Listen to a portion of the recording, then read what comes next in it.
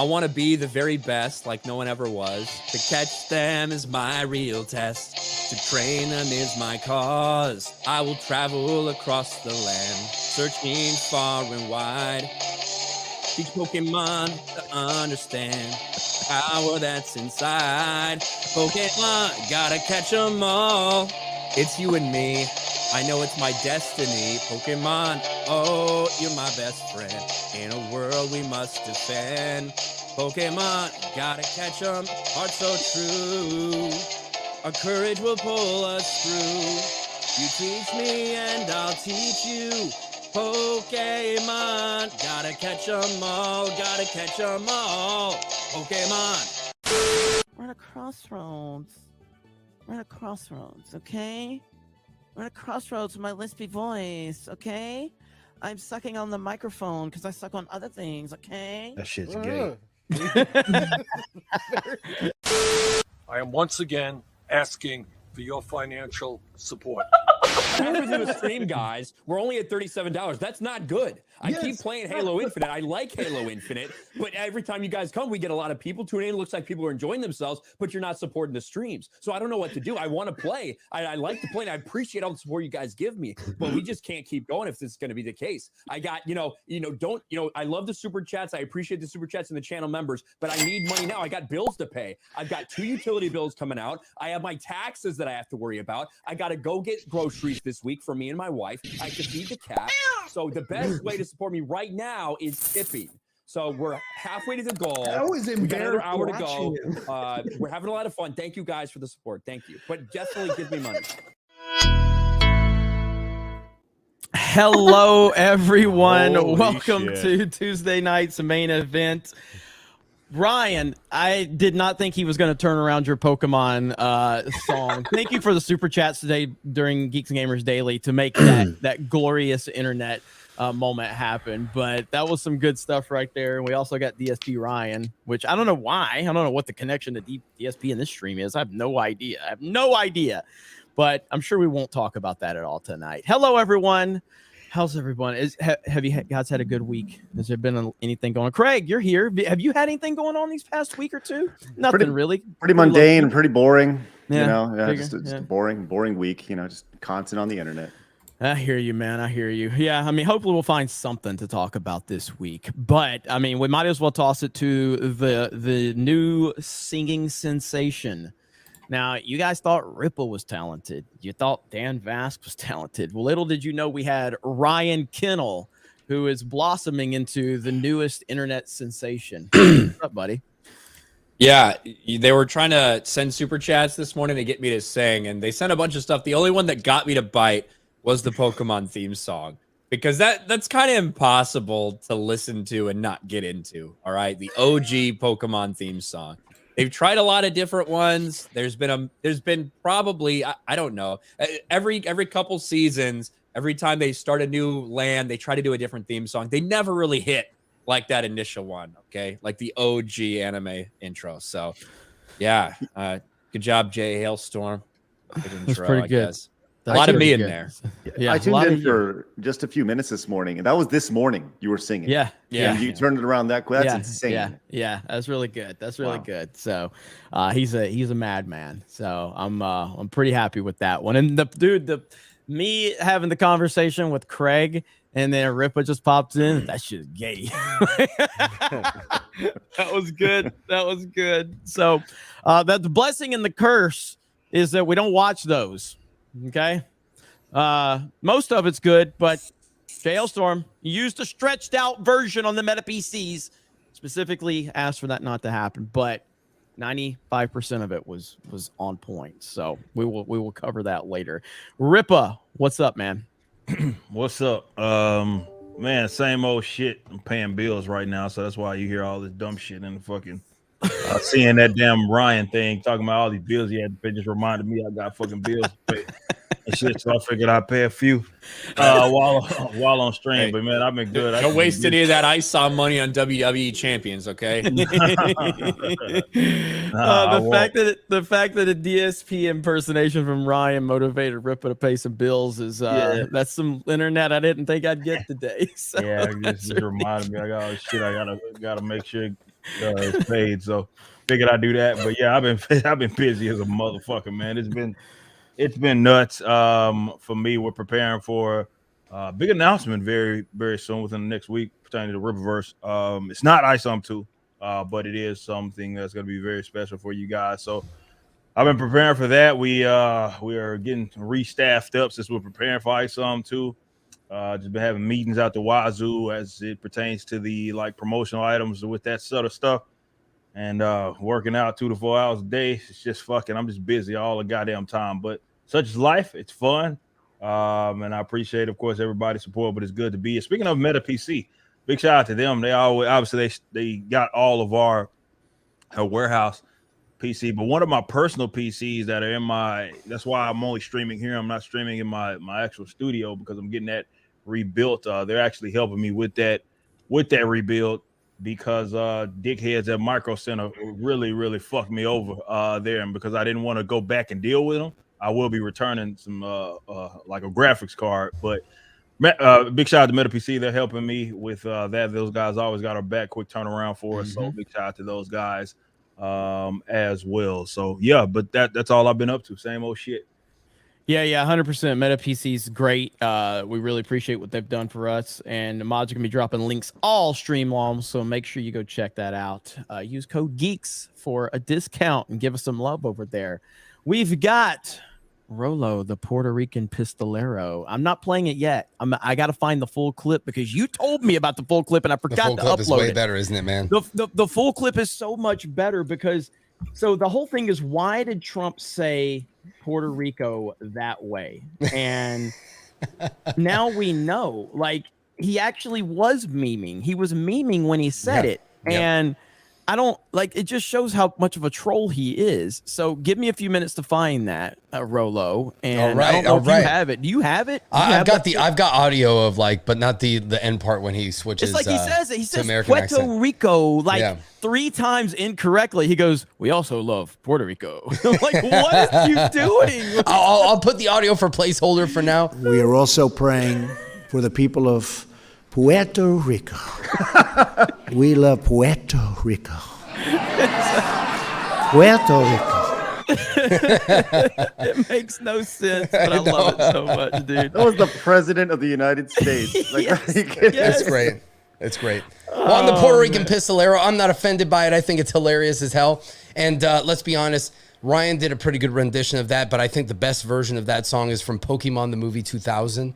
When you got Ash fighting that battle against that Dawn fan, which it makes no sense that Pikachu kicks his ass, but hey, that's the way it works, right?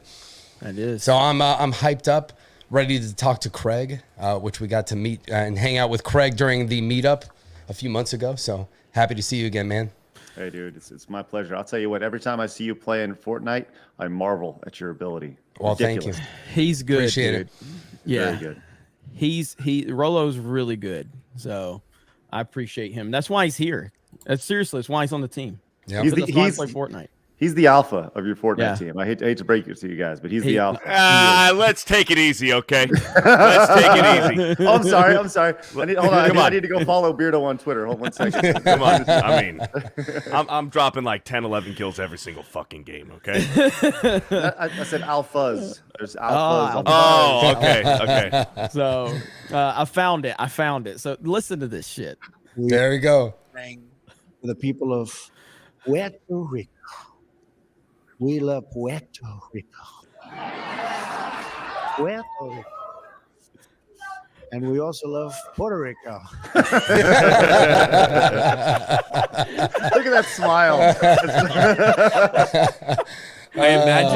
I imagine that he was like probably getting shit for not pronouncing it right. Like some crazy leftist agency was like, you know, when the president of a United States protectorate like Puerto Rico, when they pronounce it wrong, it makes you feel like you don't love the Puerto Rican people, and that's not okay. Like something like that probably happened, and so he fucking trolled him. He's such a troll. I love it. It's so good.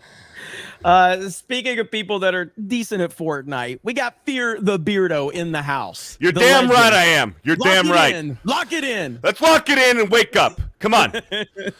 Yeah, How you doing, bro? you know, I'll, you know, it's okay. I'll share the title of alpha with Rolo. I don't mind. Rolo's my boy, so you know, 1A, 1B, that is perfectly okay with me.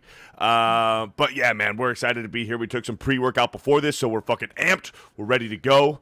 Resident Evil 4 remake comes out hopefully tomorrow night at midnight, so we are pumped for that. Also, the World Baseball Classic Championship is on right now currently. If you didn't know, it is USA against Japan. It is the top of the third, and Japan is leading the U.S. 2-1 right now.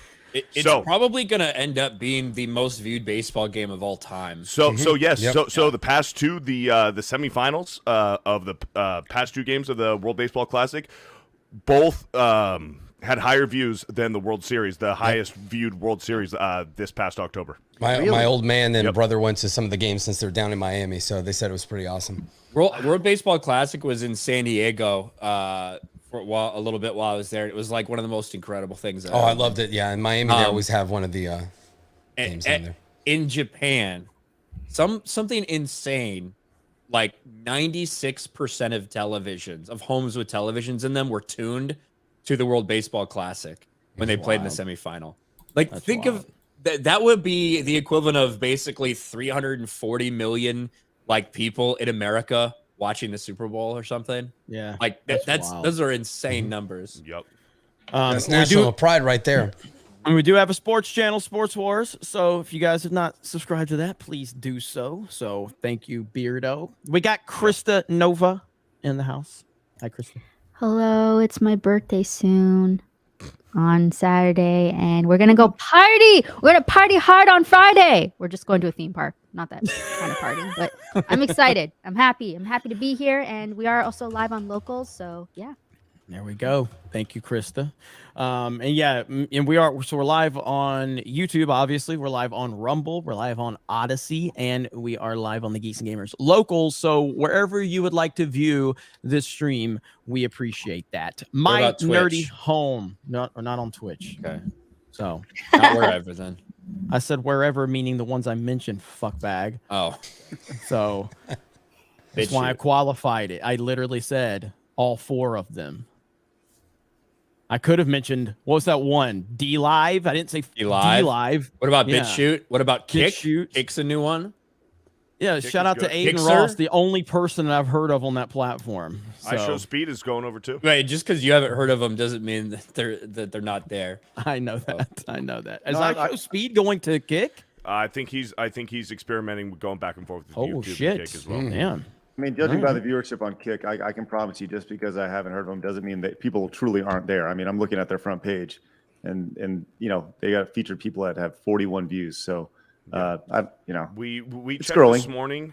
We checked this morning on Gronkin with Lethal.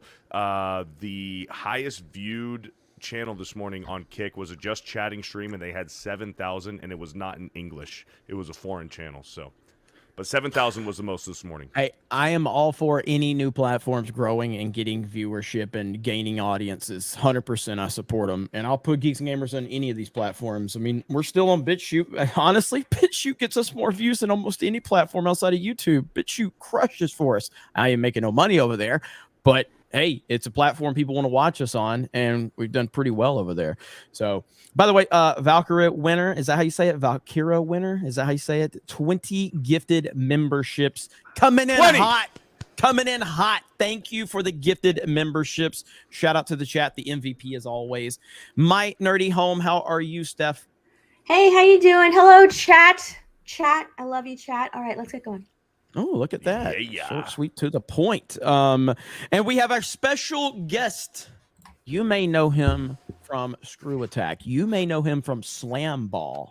You may know him from Game Attack. You may know him from Side Scrollers. We know him as Cag. Is it Crag? Crag. Is it Crag? Your Crag. name? Just Crag. Crag Yeah, now, Stuttering yeah. Crag now. Is it That's Stuttering right. Crag or Crag? I think it's just Crag. It was just Crag. Okay, so Yeah. hello, Stuttering Craig. How are you today, sir? I'm well. Thank you guys for having me. It's a pleasure to be joining you guys. I look forward to talking all about the adventures that we've been on the last week or so. So yeah, man. Well, I mean, we got to, I met you back in October of last year. We brought you to Orlando. You got to hang out with us. You were on Tuesday night's main event already when we were at the Geeks and Gamers content house. Was that the one when we were sitting at the table? Mm-hmm. Yep. Okay, that was fun. That was good times. Yeah. We had a lot of fun and got to know you. And I'm so happy to see what you're doing with side scrollers. And obviously, you've had a pretty interesting week, to say the least. And, to say the least, man. I'll yeah. tell you Well, when you first made that announcement, and I told you the story, I told Ryan, and Ryan's like, "Does he know what he's getting into?" I'm like, "I mean, I assume." Ryan's like, "Okay." Ryan with that sarcastic ass response, and I'm just like, and then like 20 minutes later, I saw you on Twitter, and I was like, "Ryan, I don't think he knows what the fuck he's getting into." So we had to get on the phone with you. Tell you what, that was a funny phone call. So like, so side scrollers is brand new, right? So we're still trying to flush things out and figure out the format, figure out the show, and figure out the host, and figure out everything. And so I've been reaching out to people that I've known or on the ancillary over the last 15, 16, 17 years of my career, people that I've known just on the fly, just, hey, I'm restarting the show. Would love to have you on just for a day, just to kind of see how it goes. And actually a community member suggested, why don't you reach out to Darkside Phil? And I was like, oh yeah. He used to be like a Screw Attack community member, and he got his start on Screw Attack. And that's where he got started making content and all sorts of stuff and videos. And I was like, yeah, okay. And I remembered having him out at we had an event called SGC, which we used to do, Screw Attack Gaming Convention. And I think we had him out 1 year as like a panelist or something. He asked to have a panel, and I think we gave it. I don't remember the whole story, but long story short, Craig is responsible for DSP. Okay? in a weird way, man. Yeah, in a weird way. Blame me.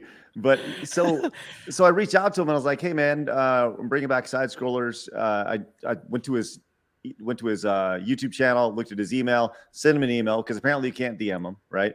That's kind of the little meme right now within the DSP detractor community.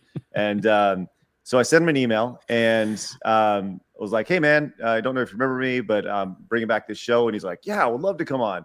And then I just announced it at the top of the month, at the start of March. And it was like freaking nuclear bomb went off on Twitter because I didn't know anything about the guy. Like, last time I saw him was a decade plus ago. And it was like, oh my God, do you know what you've done? And you guys weren't the only ones who reached out and was like, dude, I don't know, man. Like, what are you doing? And then I spent the next 2 weeks leading up to Thursday, where we had this interview with him, just essentially researching him and talking to his biggest detractors and talking to his fans. And it went from like being this fun, casual thing where we're going to like have this guy on the show to a freaking Barbara Walters interview that lasted 5 hours. And apparently that will be his last interview he's ever done, because he feels betrayed by us. So it was I watched every fucking minute of it. I just couldn't stop watching. The fact that you got Keemstar on with DSP is insane. But it was a wild ride, man. And I know a lot of people were interested for us to bring that up, and so obviously we wanted to kind of address that head on. But I know you told me about side scrollers, about what you were wanting to do, and I know it's not a drama focused thing. You want to have good conversations with people, and that's exactly what you did. I thought it was a great interview. I thought you did fantastic, you and Adam both. Yeah, thanks. It was really fun. It was definitely challenging, right? Because the guy is so insane, and he's so in his own little bubble. And there's like this meme picture of a guy. He has thousands of people telling him he's wrong, and it's just like one guy facing all of them, and the one guy's going, "No, you're all wrong." And like that's what it feels like when talking to him. So, like I said this before, I'll say this again. I want nothing but the best for the dude. And I thought the interview could have been like a shot. It was a life event for the guy. I mean, there's so much to this lore, this iceberg of Darkside Phil that I learned leading up to this interview. All this WWE champion stuff. You got this guy begging for money, but where does the money go? It goes to this mobile game, and this account that is tied to his phone number that uses his Twitter handle spends $100,000 on this mobile game. but he needs money to pay for his bills. But you know, it was just a mess, man. And but it's been really great. We had a lot of people doubt us leading up to the interview, who were like, "You should not do this. This is a horrible decision." People thought we were going to throw softballs at him. But Side Scrollers is about like accountability. It's about bringing common sense back to the video game space. And the stuff that Phil was spewing was not common sense. And it was funny. And that was probably the biggest thing. So it was funny. And there is something I want to address on our end on Tuesday night's main event side. I just want to go ahead and get it out of the way. Drunk 3PO is too rich for Tuesday night's main event now. Now, I dealt with this with Ripa, but Ripa came back finally after spending his lavish millions on yachts and all these vacations he took. Certainly wasn't Mario Kart lessons. But Jay is kind of checked out. So Jay hit 70,000 on his Indiegogo. Congratulations, Drunk 3PO. Happy for you. But Jay is sent his I've had many attorneys reach out to me. I can't even contact him anymore. It's at a point where he wasn't even, if I wanted to talk to Jay, I wouldn't be able to. So Jay took all of his money and he's going to Thailand. So yeah, he's gonna live like a king. Hey, I told you guys this, but I want to tell the chat this. Listen, this weekend I was at one of my niece's birthday parties, and I had a guy walk up to me, and he recognized me, and he said, "You know who I really love though, is Drunk 3PO." I've never had somebody come up to me and be like, "I like you, but I love him," and I was like, you know what? Jay deserves that. Jay deserves all the props. You know, so I love it. I love it. Oh, dude, the biggest mistake Ripa's ever made in his career is that one time when he's long time ago when he's like, "Hey, drunk 3PO, he's a handsome man. He's a handsome man." Again, guys, like he will clip that and use that. He always plays that to the end of time. He will never not use that clip. But no, shout out to Jay. He's away right now, but I know that his Indiegogo campaign hit $70,000. That is incredible. So obviously, mods, make sure you drop links to that. If you guys want to consider supporting that, he'll be back. He'll be back next week. So it's I'm so happy for him, and it's been a hell of a ride for him. So good stuff all the way around. Okay, so we're gonna get this party started. We got some news to talk about. I guess we could just pick our poison. I mean, between The Little Mermaid. I want to start with Ripa's favorite movie. You wanna? Okay, we got to jump right into that. So all yours, Ryan. Yeah. Well, I don't know if Rip has talked about this or not. If he hasn't, he's definitely going to soon. Even though he tries to stay away from this shit, but if I bring up a topic that's juicy enough for him to like get pissed at it on this show, he'll make a video about it tomorrow. Yes. And I think undoubtedly that has to be The Little Mermaid. This is actually me when Ripa says he ain't going to talk about something. Oh yeah, really? The Little Mermaid trailer sits at 1.3 million dislikes to just under 250,000 likes. And if you didn't think it could get any worse, if you didn't think they'd make it worse for themselves, you knew they were going to, because now Halle Bailey has the gall to say that Disney, you know what? They're making it better. They're making that animated version better because it just wasn't ready for the modern era. It wasn't okay. And now they're going to make it okay because her character has much more nuance than the original Ariel. Her Ariel will be more nuanced than the original. She won't just leave the ocean for a boy. And the exact quote, I got to read the whole thing for Ripa here. And I'm glad Mike's here for this too. What up, Mike? Hey, Mike. What up? I heard you guys are talking about black people. Yeah, like, yeah. I can get on this. You got about a half of a buy-in on this, so listen up. The first time Bailey ever watched The Little Mermaid was around age 5. Ariel was her absolute favorite princess. Oh, that's why she has to apologize for it now. Okay. And since its initial release in 1989, Disney has weathered persistent criticism about the movie's sexism. Really? Now, I asked Jeremy about this because he's old as shit. I asked him about this on the daily stream. Craig, you're pretty old too, so I'll ask you about this now. Do you remember the persistent criticism against The Little Mermaid for being sexist all the way back in 1989? That's nonsense. That's the first, literally, you saying that 20 seconds ago was the first time I've ever heard that. Now, I have heard about there's some subtle messages like in the clouds and in the You know, there were some little things that were done. Art. Yeah. The wedding Yes. at the end. The wedding at the end with the little dingle hopper. Yeah. Yep. His penis. Right. But nothing about sexism.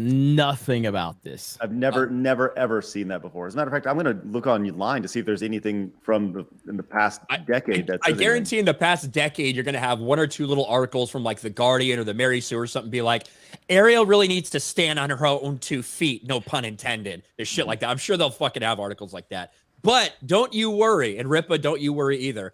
Bailey promises that her Ariel is more nuanced. Quote, I'm really excited for my version of the film because we've definitely changed that perspective of just her wanting to leave the ocean for a boy. It's way bigger than that. It's about herself, her purpose, her freedom, her life, and what she wants. As women, we are amazing. We are independent. We are modern. We are everything and above. And I'm glad that Disney is updating some of those themes. In other words, don't worry, we'll fix it. We'll make her black and we'll make her not give a fuck about men anymore. And then it'll be okay. Good Lord. Ripa's going to make a video. He's already thinking about it right now. Look at him. Look at him. Oh, man. It's fucking idiots, man. Yeah, I don't know, man. I'm always fascinated at how like modern entertainment can like conjure up a narrative that has never been a thing, and then all of a sudden everybody talks about it as if it's a problem.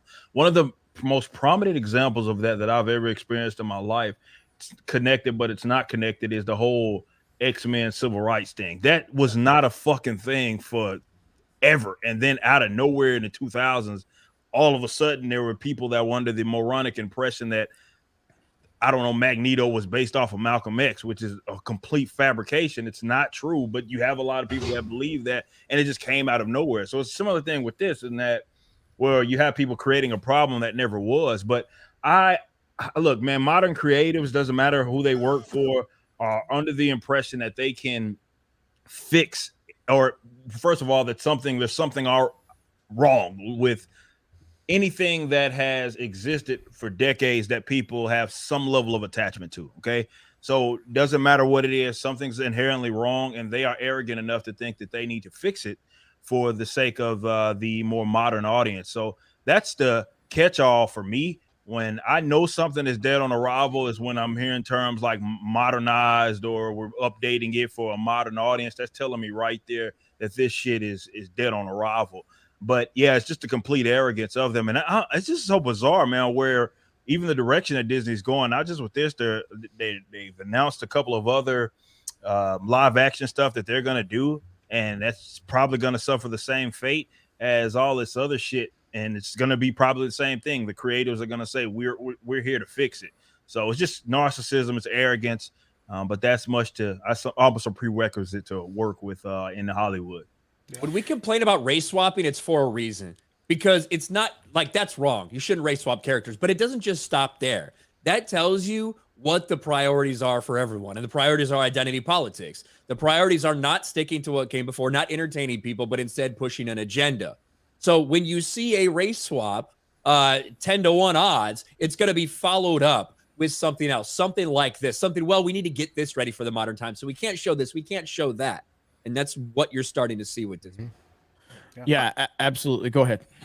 Sorry, Rollo. Fire away, buddy. God forbid that men and women actually make sacrifices when they love one another, right? So this just goes to the further themes. You know, I always go out there with the destruction of the relationships between men and women, that basically for women to be successful, men always have to be sacrificed in one way or another. Like, you can't have this equal balance of, well, maybe if I'm in love with somebody, I'm willing to make some sort of sacrifice in my life in order to make this relationship work, because that's what it's all about. And, you know, it just goes to the themes from movies that we've seen basically trying to push feminism at the destruction of the family, or destruction of that unit between a man and a woman, which I think is the best combination that you can possibly get. And this is just another example of that, moving towards that direction of just destroying everything that we've got when it comes to traditional values. And I mean, I'm not surprised that Disney's going this way. I'm not surprised that Haley is talking about this. It's pretty much par for the course for what they do. But I think it's interesting that So they do a race swap on her. She falls in love with this guy, but Eric is still white. So it's pretty interesting how that works. So she's willing to make these sacrifices, go there. But at the end of the day, she's obviously, unless they're going to fundamentally change the story, she's going to fall in love with him and she's going to end up with him. So I'm not really sure what they're trying to say here. So she's going to play harder to get. So, it's just the same bullcrap that we've seen over the last few years. There's very few instances where they won't race swap a white character, and that's when the character is a villain.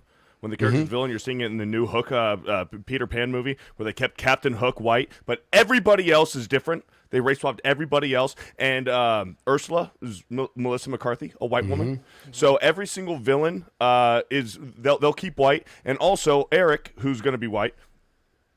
You can almost guarantee he's going to be a bumbling idiot, make zero to little sense, and also is going to be at Ariel's beck and call the entire film. If you think about Little Mermaid, sorry, go ahead, Jeremy. No, go ahead. I was gonna toss it to you. I was gonna say, when you think about the Little Mermaid, what's the first thing Ariel does with Eric? She saves him, right? She's the hero in this film, right? And at the end of the day, Eric returns the gesture at the end by saving Ariel, right? And it's one of those things where it's like, when you look at all the changes that are being made to these IPs to adjust to quote unquote modern audience. Once again, I have yet to see a modern audience that has accepted these changes in any sort of meaningful financial way. Yep. I think that's probably these things are reflected in Disney's bottom line, where they're just losing money hand over fist. But I feel like, look, I live in Texas. I get it, right? I'm in the Texas bubble. You guys are in Florida, but I just have a really hard. I know there are pockets of America that think this way, right? But I think for the most part, normal average people don't think this way. They don't look this. And I really do feel like there's going to be tremendous bounce back reaction to everything that's happening. And there's going to be this 10, 15-year window that I'm just going to dub like the lost generation. That's going to be lost because everybody else is going to think a certain way with common sense and live in reality. Whereas these warriors who are out there and they want to make all this change, they're going to look around and be like, oh my gosh, like they're going to be lost. And I really think they're going to be lost because there's going to be this tremendous pushback on all this in time. This is going to be like the steroid era for baseball, how they just don't acknowledge a lot of the records and a lot of the things that happen. The steroid era of baseball was awesome. I know that. But I'm just saying that's how they're going to. I was going to make the comment that's been memed on this show so much, but they're basically going to be what WWF did to Chris Benoit. They're just going to make sure that like it didn't exist. Scrub him from everything. You watch him. Yes. Watch an entry just going to be completely scrubbed from the Royal Rumble. They're like, no, there's only 29 people there. Yeah, exactly. But to further Craig's point, I mean, the ratio on that trailer, I mean, speaks for itself. Like, he's absolutely right. Like, there is going to be tremendous pushback amongst, real people, because I refuse to believe that we're the minority in all this, which those freaks on the internet do tell us that we're the minority, that not everybody thinks the way we do. That ratio goes to prove for itself that, we aren't all this weird, wacko, lefty, fucking weird leftists out there. So, Craig's right. I mean, there's been a really hard attempt, and they were doing this back when Marvel was getting really popular and stuff, to reshape how modern audiences witness movies. Cutting down the time. Like, nobody wants to go see longer movies, and some of that is because longer movies nowadays don't have any substance. They're just long to be long. But the thing is, like, the audiences as a whole, they want you to just go consume. They want you to watch it, and they want it to be forgettable because they want you to move on to the next thing. That's why, when you look at the slate of these movies, like Marvel movies, and at one point, if you looked at how Disney was doing it, they were going to have Marvel movies, 2 or 3 Marvel movies a year, 2 or 3 Star Wars movies a year, and then, 2 or 3 remakes a year, some of them on their streaming platform, some of them in theaters. They need you to forget these movies as fast as you see them. They can't have you going like, oh my God, this is so great, let's all go see that again, because in 2 weeks you're going to need to go see another one that they've released and stuff. So they really went for, quantity over quality here. And now I think people are getting burned out on it. And I think, the 2020 was a big wake-up call for people to go like, yeah, actually I feel kind of nice not having to go see all these movies at such a breakneck pace and stuff. And movies that people wanted to go see, they went and saw, and they all made money. And movies that people didn't want to go see, they didn't, and then they just blamed it on the virus. But now we're seeing that that's continued on. People are like going to see these movies less and less because the quality of them is terrible. And that's the key thing. I get sick of fucking the term like be it superhero fatigue and all this other bullshit. No, it's dog shit fatigue is what it absolutely is. Like nobody's getting burned out on anything, any event that the shit's quality. But when you're just producing stuff for the sake of producing stuff, which a lot of these entities are doing, Disney with all the remakes that they're about to do with their live action, just producing shit just for the sake of producing shit. Yeah, people aren't going to see it. And I hate that now because we've had like 2 flops basically back to back in the superhero genre, they're going to start, I see it a mile away, they're going to start gearing the conversation to, well, people are just burnt out on what's going on. And it's like, no. Y'all suck. That's the difference here is that your quality, it allows them to get away with basically having made all this bad shit, all the bad dog water that fucking they put out with this previous phase with Marvel. They're going to get away with that, and people are going to lend it to basically saying, well, people were just tired of it. It wasn't that we just absolutely sucked. And it's like, no, y'all sucked, which is why you're seeing that be replicated, and those failures are being replicated in other genres that are not in the superhero aspect as well. They're still dropping flops because their material is just bad. The creatives, I use that term loosely, that are making this are not doing it with good intentions. They're not doing it with the certainly not with the intention of trying to appeal to a baked-in audience, a built-in audience, or just making good material. And they're trying to get away. I already see that even some of these like normie kind of big you are already starting to land out here. People tired of superhero. No, people are tired of dog shit. Let's be honest with ourselves. I do not like the whole fatigue argument. I think it was one of our daily show, I think, is where I got into that, right, Ryan, a few days ago. But I reject the premise of superhero fatigue. I reject the premise of Star Wars fatigue. I reject the premise of anything that is successful to have fatigue. Did Nintendo fail with the Wii U over Nintendo fatigue? No, clearly not, because the fucking Switch is breaking every record. So why did the Wii U fail? Wii U failed because of terrible marketing. I thought it was a great system myself. I loved the Wii U, but they failed because of the marketing was horrendous. It wasn't Nintendo fatigue, and Nintendo's been around, for 30 years. Yeah, people ain't getting tired of Mario fucking content being constantly created. Their fatigue is just bullshit. Top Gun Maverick blows everything out of the water.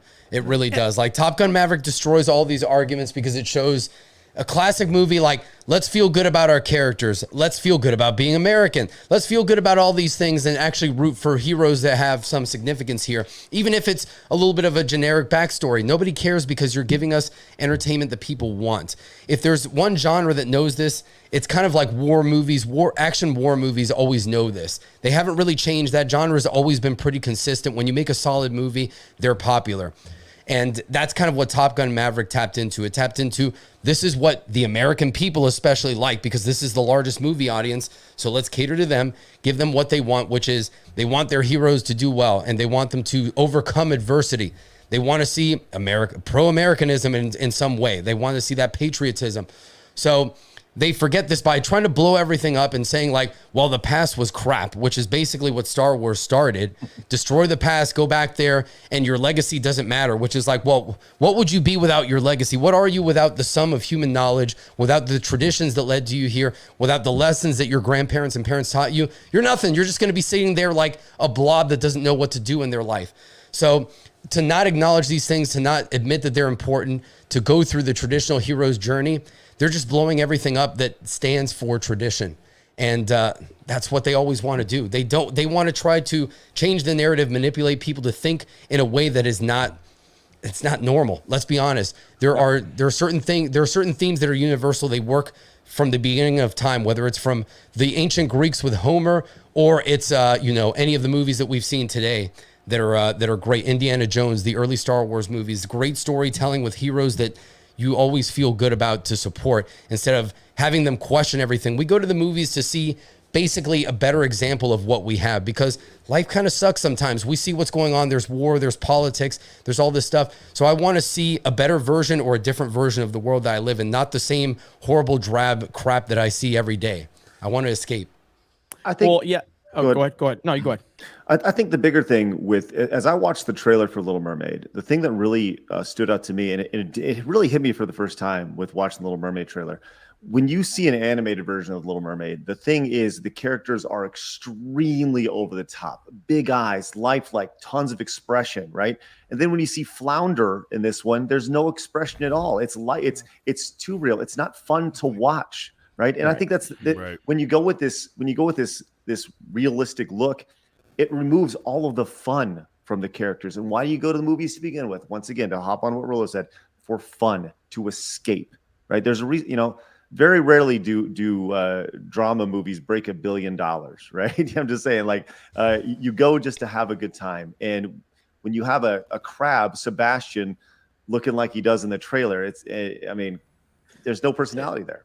It's bad. You got legs, you idiot. If they broke out with Crab Rave, it would make that movie even better just for that. I'd be like, okay, you know what? I can accept this. At least they're gonna meme the shit out of it. A little bit of self-awareness. Well, yeah, exactly. To the Top Gun Maverick point, and again, I've talked about this a lot, but like prior to that film, the conversation from where I'm sitting was very much people not looking forward to it, and it was mainly because people were assuming it was going to be the same old that we've seen recently with Hollywood, where Tom Cruise is going to be the washed up toxic man. The strong woman's going to have to come in and teach him how to do a few things, and he's going to be a failure and he's going to be talked down to. And so a lot of people just were not looking forward to that. Now, if that movie comes out, Top Gun Maverick fails, and then the narrative would be, yeah, people are just tired of Tom Cruise. It's Tom Cruise fatigue. It's Tom Cruise fatigue, guys. And clearly what happened was they made a great movie, and it even got the people that were not looking forward to it. Ryan's one of those people. Ryan was just like, no, this is going to be, and I was like, yeah, I'm worried, man, but I'm hoping, whatever, but it won everyone over. And why? It's because it was a good movie. So the fatigue nonsense it's nonsensical, and I don't buy it in any capacity. Ultimately, as long as things are good, if you maintain that and evolve, you've got to make there's evolutional steps you have to make, to continue. But when you abandon everything that made something successful, and then you wonder why it's not successful anymore, it's not because of fatigue, it's because you abandoned what was successful. Go ahead, Ryan. I think there is, and we talked about this a little bit on the Daily Show. I think calling it superhero fatigue is not a great descriptor, but I think what people are really talking about when they say that, they're talking about the damage that these people have done to their brands and reputations, right? If you give people a reason to be excited, if you give them a premise to be excited about, like the 3 Spider-Men coming back and Spider-Man No Way Home, everybody knew that. That fucking leaked before. Everybody knew that was going to happen, right? Yep. Then you get a $2 billion movie.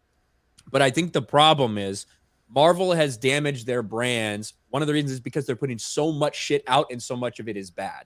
Yes. So when you think of Marvel, you don't think of fun or exciting or, hey, let's go take a flyer in the new Marvel movie. Hey, you're going to go out. Let's go for a weekend. You guys want to go to the Marvel movie? Oh, yeah, let's go to the Marvel movie. That's not happening. You're seeing these movies get outpaced and have better holds from things like Creed 3, from things like Scream 6. Those are also franchises, right? Those are also things that have multiple things coming out, sequels. But people are showing up to those more than they're showing up to Shazam 2. So I think when people are using the phrase superhero fatigue, I really think they're talking about, when I look at something, I don't trust that brand anymore. I don't trust DC. I don't trust Marvel. I don't trust Star Wars. And I think that's kind of what you're seeing. Well, one of the things Jeremy mentioned too with Tom Cruise, like Mission Impossible's franchise has just gotten better and better and better. Mm-hmm. It keeps making money consistently and makes more money every time they release a new one because it's been so well received. And that's a great example of a franchise that was the first one came out in 99, 97, 96. Yeah. Like the second one was terrible. Like it's not very good. Second one was terrible. Mm-hmm. That's John when Woo. I had Mission Impossible fatigue after the second one. Yeah, the second one with John Woo and the slow-mo. But like the third movie reinvented itself. Mm-hmm. And that's the thing in Hollywood, they know that there's trends And so what they try to do is they try to just work through the trends. But the unique thing about superhero movies and comic books in general is that they've been reinventing themselves since they were first conceived. I mean, they don't just tell the same stories. There's so many different ways to tell different stories and put these characters in unique situations and things like that. You know, we've seen it time and time again where a movie like The Dark Knight comes along and redefines how superhero movies are perceived, or you get a movie like Joker that comes along and changes how we you know, the structure of what superhero stories are. You know, you have movies like Logan, you know, that these movies are getting like critical acclaim, you know, because they're adapting an idea or a concept, or they're, you know, applying like the Western drama skin to a superhero film. There's a lot of flexibility within the superhero genre to do different things and try different things. But Marvel found a formula and said, you know what?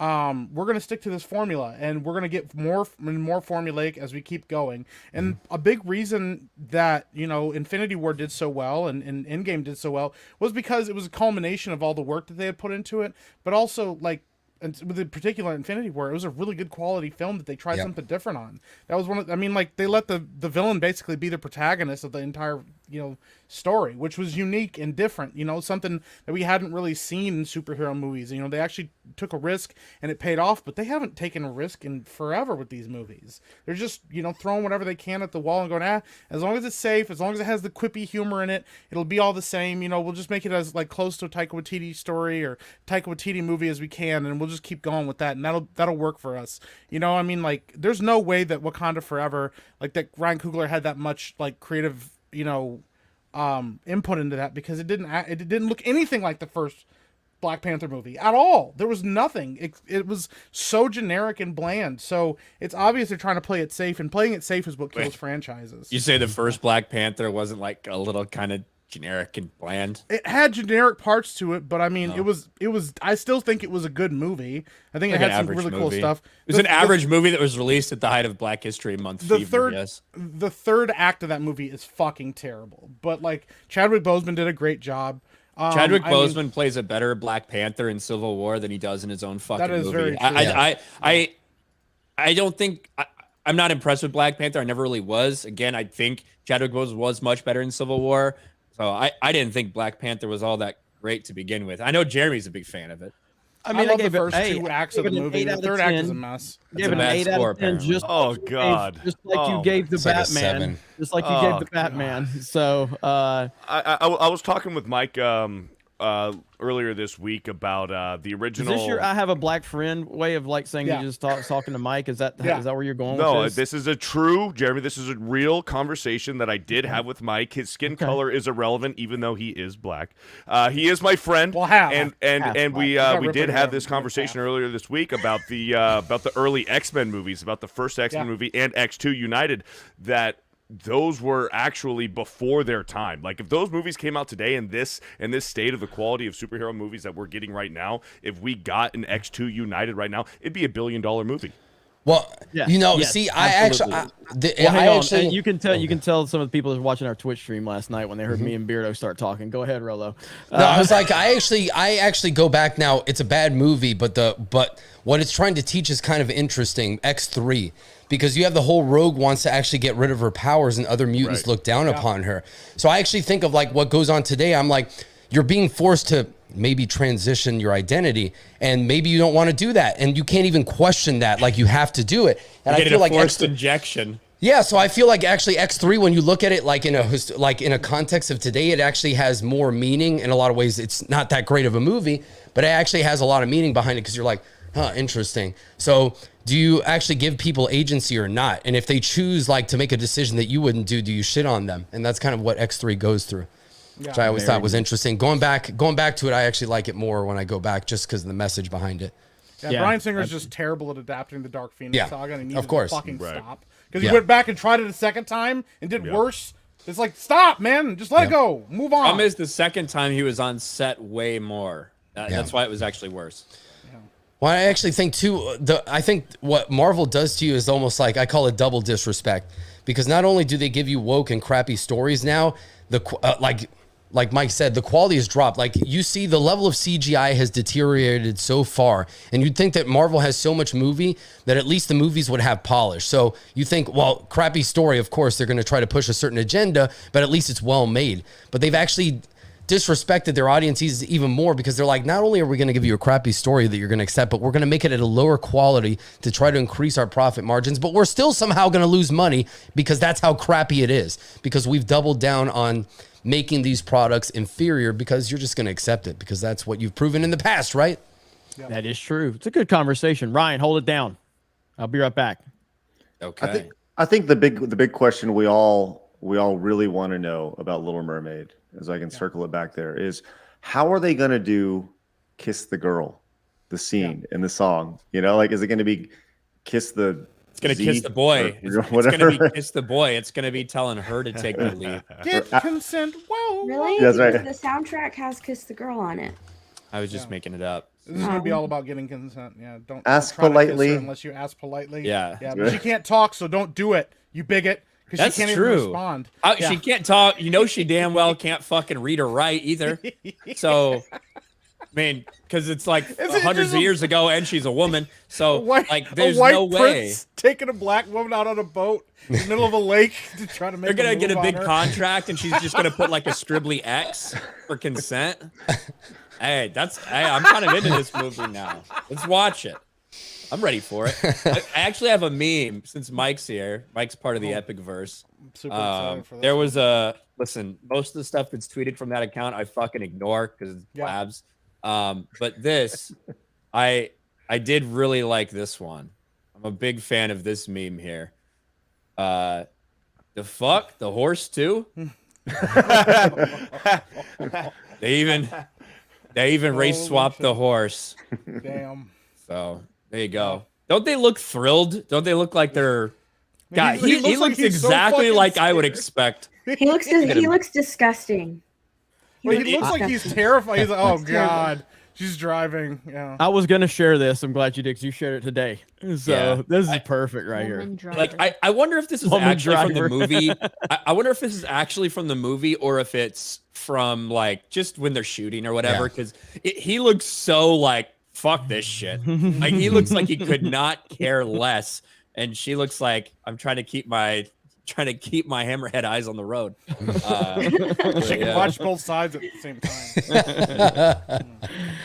Oh man, you wonder if it's going to be a shot-for-shot remake like The Lion King was. I doubt it. God, I hated that movie so bad. I hated the remake. It was painful. I was angry watching that movie. I hated that, and I hated the Jungle Book too, by the way. Shout out to the Star Wars savior himself, Jon Favreau. Not that, and I like Jon Favreau. Jon Favreau's done some good work, but the Jungle Book was terrible, and so was the Lion King. And look, and I don't hate all of the Disney live action remakes. I thought Cinderella was great. Yep, that was a good one. Peach Dragon was really good. I've enjoyed a few of them, but those two in particular were really bad. And then there's a lot of them I haven't even seen. Little Mermaid's going to be, as I said, if you need perspective as to how bad Little Mermaid is going to be, Ripa's going to watch it. This is the first movie he's seen in 6 years. Hey, all right, that shit. You couldn't pay me to watch that shit. You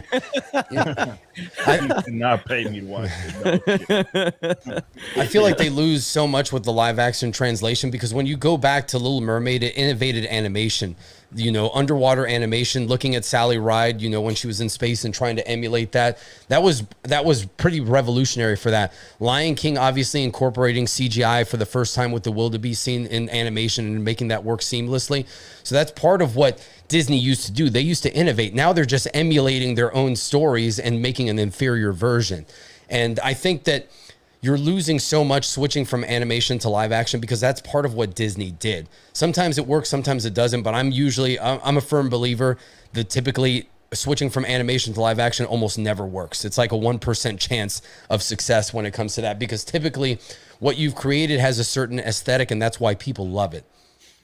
Yeah, I mean, I saw the chat was saying it too, and it's nothing against the film. I kind of forgot about it, but I did like the live action Beauty and the Beast movie. I thought they did a pretty good job of that, but I kind of forgot about it. I kind of forgot it existed. It wasn't though. terrible. No. It wasn't good. They don't It have the wasn't impact, terrible. so it doesn't even matter if it's good. They never have the impact that the original does. It like God, Cinderella's. Josh Gad, that fat little fuck. I hate that dude. Yeah. That was going in a different direction, I thought, when you said. Yeah, at least good thing is too. Hey, He's that's gonna a be Rumble- involved in the. That's a Rumble exclusive. He's going to be involved in the Hunchback remake, live action remake. He's going to be attached to that, so that's cool. Maybe he I'll can say play the this. Hunchback. He doesn't have to wear any prosthetics. So Chat didn't notice it when Ryan said that and you started with FA. I got it. I was like, yeah. is this gonna be another Gavin McGinnis moment where I freak out on street? Go ahead, Craig. Go ahead. Listen, like I think in my video I called Josh Gad quote like a fat queer or like I said something like that in my stream, right, or in my channel. So I held back on this one. You too appropriate until now. Until he told you what he said. Hey, it's what he is, right? I mean, that's how he describes himself, I believe. Craig, go for it. LGBTQ.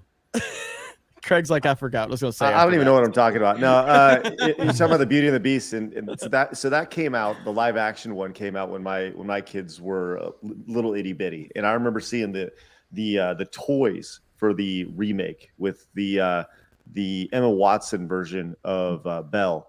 And I'll tell you what, man, those were on the shelf for about 6 months, and then they busted that cartoon back out because even the kids knew, like, this isn't Belle. Who is this weird action figure that this weird doll I'm supposed to play with? And there was no interest in it. And yeah, I saw it, but you're right, it is 100% forgettable. It was just one of it's like it's a movie, you know. Beast sucks in that movie.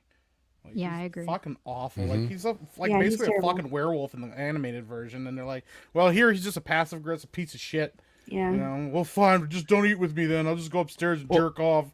Fuck Just you do then, Bill. remake. Like, Just do remakes, but like have the villains win or something. Just full deconstruction Gaston just for shows me. up and just blows his I want brains out. Gaston. I want a Beauty and the Beast where Gaston kills the Beast and like wins. That's it. It just And, like, it's 30 Those minutes books long. exist. They've written those books. Those books exist where the villains win. Adapt those books. Adapt There you those. go. Make those movies. That would be Yeah. interesting. They have those books. Gaston just goes back to the town and has like a freaking sea full of women. Like that, and that's the end of the movie. Perfect. He's just on everybody's A shoulders. little bunch of it's like 10 years later, a bunch of little Gastons running around the town being toxic and Just telling women not to read. Hey, I do want to say something about what Rolo said. Rolo brought up a really good point about the innovation in these films, right? When you think about Disney classics, what made them like? You talked about Lion King, and you talked about Little Mermaid, but also things like and this wasn't a Disney film, it was a Pixar film, but you think about like Toy Story and what that did for the time. These classics, it's not just the stories that are attached to it. It was the innovation that made them notable to watch. And I don't think you see any of that stuff with that. Even today, like I did not see Avatar, but I know it's $2 billion right now. You guys and everyone who saw it was saying, "Oh my gosh, it's unbelievable! Like the innovation in that movie is ridiculous. It looks like real life." So they're innovating right there. It's a spectacle to be seen. Whereas I don't think anything that we're going to see in Little Mermaid is going to be a spectacle to be seen by any means. So no, not at all. And it's just it doesn't have the vibe that you would think, like in terms of the colors of the world. It's really dark and dreary. It doesn't inspire anything. And I know Steph. I know she's really angry about this movie. So I don't like saw this you. movie. Not at Yeah. all. Like, so are you going to see it to rant about it? I mean, if we go, I'll Yes. go and watch it. You have to pay for my ticket, Jeremy. I'm not Chat, going do to pay for this movie. Chat, do you, I'm chat, not do gonna you pay want for this Steph? movie. Do you want Steph to go see this so she can? This is my rant about favorite the Little- Disney movie, and it looks terrible.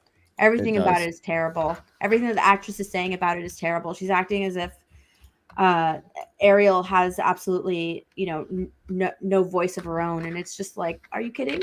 She was empathetic when all of the mer people weren't. She saved Eric. She admires the human world. She wants to go and live in that world. Did Halle Bailey not listen to the words to the song "Part of Your World" when she was singing it? Like, I mean, come on, give me a break. So I don't like it. There's so much. Yeah, right. You're 100% right with that stuff. But I think the thing, as I watched the trailer, I went back to, if this was not an existing property, would I have any interest in this movie? If this was just a movie that was being released that wasn't Little Mermaid, that was based, whatever. If it wasn't based off Disney, would I have any interest? And the answer is no. So for me, I understand your frustration in that for sure, and it would just be this weird movie about a crazy mermaid. If it wasn't tied to Disney. So I don't know. It's weird, man. Weird situation. I think it'll do fine, but I do think it won't hit its numbers that everyone thinks it will. So I think do we have a budget? Do we have a budget for it, Ryan? I imagine it's 200 million, but I haven't seen anything for it. I want to see, since obviously Ripa really likes this movie. I'm kind of concerned that there's not enough representation in the movie. Yeah, sure. King Triton is a Latino guy. All right. Sure. Little Mermaid is black now. I think it's a shame that Prince Eric is still white. So I really think we need the Legion of Memers to put Ripa in as Prince Eric. I think we need a race swap Prince Eric. I think we need Prince Eric July. Stunning and brave. Stunning and brave. Shout out to the Legion of Memers. Steph was on with them the other day, and I hopped on there for a bit. They're the best. So Ripa was already a Disney character, the fairy godmother. Or fairy god. Oh, yeah. Father? Right. Do you have that one? Do you have that one, Krista? I don't have that one, but oh my god. If Krista someone used does have it, send it to me, please. Krista used to have that one as her Like a like little when she- GIF. on her fucking- Twitch. Yeah, it would go stream. like this. Twitch stream, And yeah. Rifa would be Rifa would show up and go, "What the fuck is this shit?" We gotta bring that back. That was in Pinocchio, the from Blue where you- Fairy or Cinderella, or what No, was that was Cinderella. Yeah. Cinderella. when they Yeah, it was remade Cinderella. Billy Didn't, Wilder. didn't she become like a dressmaker? Like she opened up her own store in that one. I'm pretty sure that's what she did at the end of the movie. She doesn't The need a Amazon prince. version. She needed her own store. I Yeah. think so, yeah. What, Yeah, what the are they Amazon- doing to these like fairy god women, and like the blue fairy in Pinocchio got turned into a Wakandan or something? Like I don't understand like what they're doing. You know what I mean? Like one of the Dijamor or whatever they're called, like a bald woman, a bald black woman. Yeah, So I don't understand what they're doing to these people. It's wild, man. And again, we're just going to continue to have opportunities to meme and laugh because they just keep giving us crazy crap to just laugh at. I mean, like we've got other topics we're going to get into, but like Marvel is in a free fall right now. Marvel is in bad shape. And that's the best thing Rip has heard. Because I mean, Marvel's in really bad shape. It's not even like you can't even just dismiss it as clickbait YouTubers being angry. Like it is objectively bad what's going on with Marvel right now, and there's no excuse for that considering where they were just a few years ago. DC's in a trash fire. The only thing, right, for me personally, the only thing that's on my radar that I'm actually excited about in the movie world that's a big tentpole movie is Mario. And I am really excited about Mario. And I know I had my concerns about it. I've talked about my concerns. I said, hey, I had my concerns, but the more footage I saw, my concerns about Peach are kind of been tempered a lot. Like I'm really excited about this movie. I think this movie could be a transcendent movie in terms of opening up a Nintendo Cinematic Universe. The marketing has been on point. Chris Pratt's Mario voice sounds pretty damn good. It really does. Like, Craig, I want your opinion on this, because we haven't talked about it much. Where are you at on this Mario movie? It doesn't. I'll tell you this. My take on Chris Pratt is this. He's going to do fine. I think the reason why Chris Pratt is the Mario voice has nothing to do with Charles Martinet, who is the original Mario voice. Well, I think it actually has a lot to do with it, because if you were to listen to "It's me, Mario," and like for 90 minutes, you want to put a gun in your mouth. I agree. I agree. I agree. I agree completely. On Chris top of is that, not happy with you. Chris is not happy with you. No, So- it's not that. But as a voice actor, he's a voice actor. You could just tell him, like, hey, dude, tone it down a bit. And he could do that. but it's Chris the Pratt- voice of Mario. Yeah, Yeah. the voice of Mario. He's But the voice of Mario would drive you crazy. The actual voice Oh no, that I itself. agree with. That I Yeah. agree with. I'm Yeah. just saying that. And look, I have nothing against Chris Pratt. I love Chris Pratt. In fact, I just think that they took Chris Pratt because of the name. You know, I think that's what it is. Because Charles Martinet, I as a agree with voice that. actor, could have done it easily. As a voice actor, you just have to tell him, dude, tone it down a bit so it's not annoying. It's easy as that. You could probably Fair. say that to like pretty much any voice actor or any actor. Absolutely. You know what I mean? Like you could tell that to Chris Pratt too. Be like, hey, ham it up a little more, and he'd be like, okay. Yeah, absolutely. me, Again, I right, think it's like- because of the name, and I have no problem with that. I'm just saying, like, You're I a love Chris Pratt hater, aren't you? You don't like the church he went to. Say You it, Chris. hate him Admit it. because he hates gays. Admit it.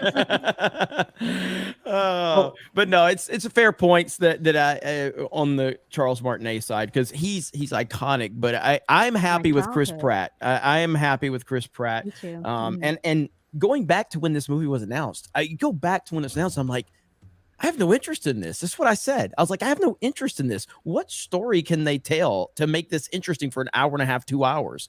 You know what I mean? Because Mario is it's not a deep story there. You know, it's pretty simplistic. So the animation style is phenomenal. And the fact that they're intertwining all of these little moments of the game as like just showing you like, hey, we're here to honor what came, before this, but also tell a good story. I think they're knocking it out of the park. So I'm really excited. The point of trailers is to judge something. Like that's the entire fucking point of them.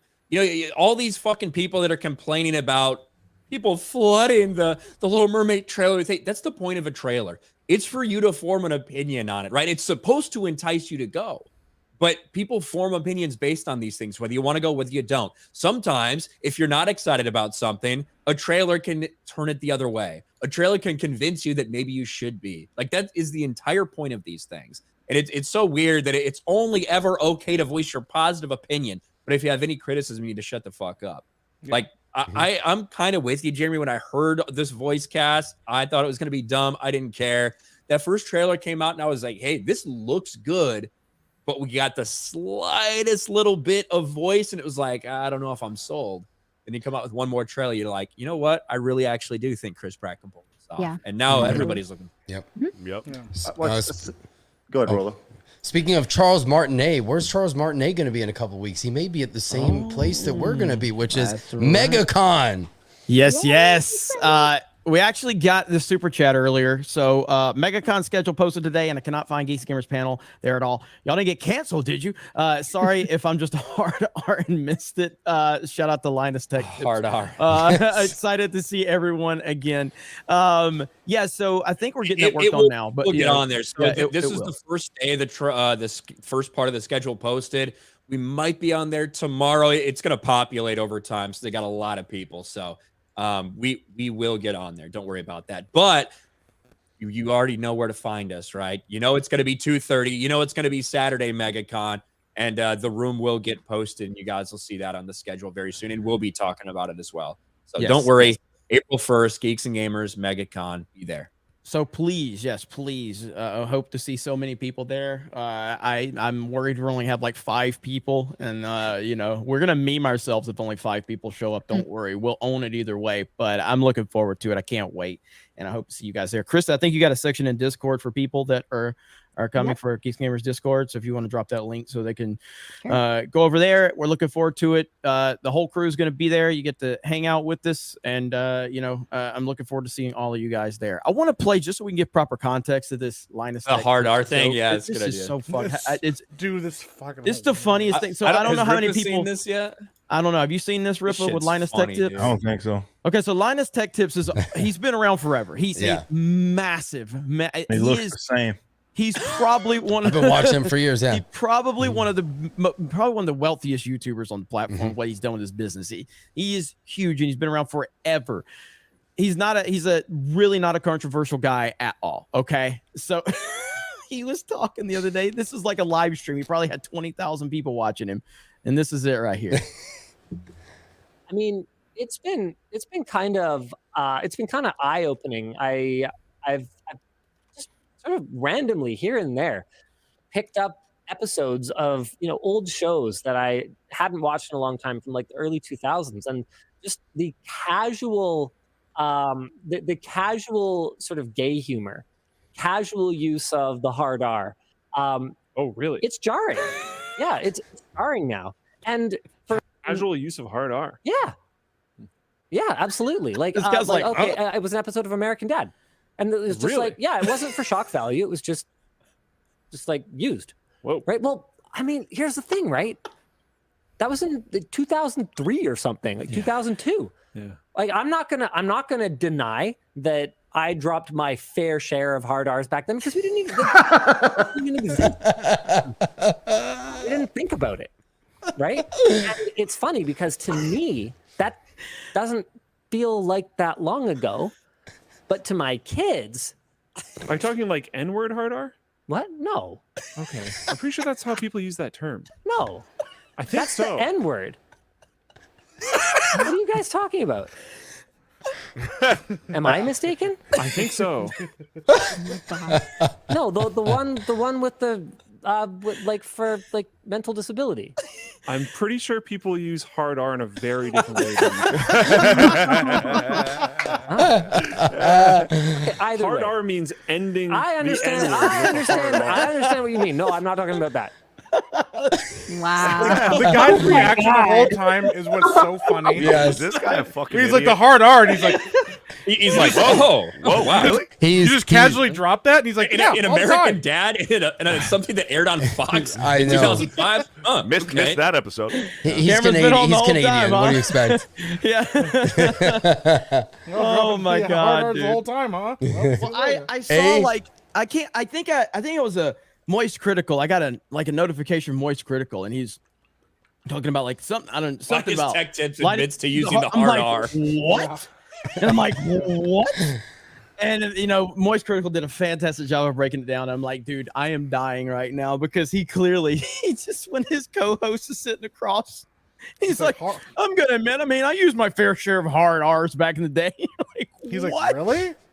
Yeah, dude. So I- that was Nick, great. Listen, I knew exactly what he was talking about when he said it. I've never heard that before. The hard R reference that way before. Like, Oh, so yeah. that to me was like, yeah. oh, Oh okay. yeah. Oh Maybe- yeah. maybe I'm just I mean, a naive Hang idiot. out with Ryan Kennel for a day or two. You'll know.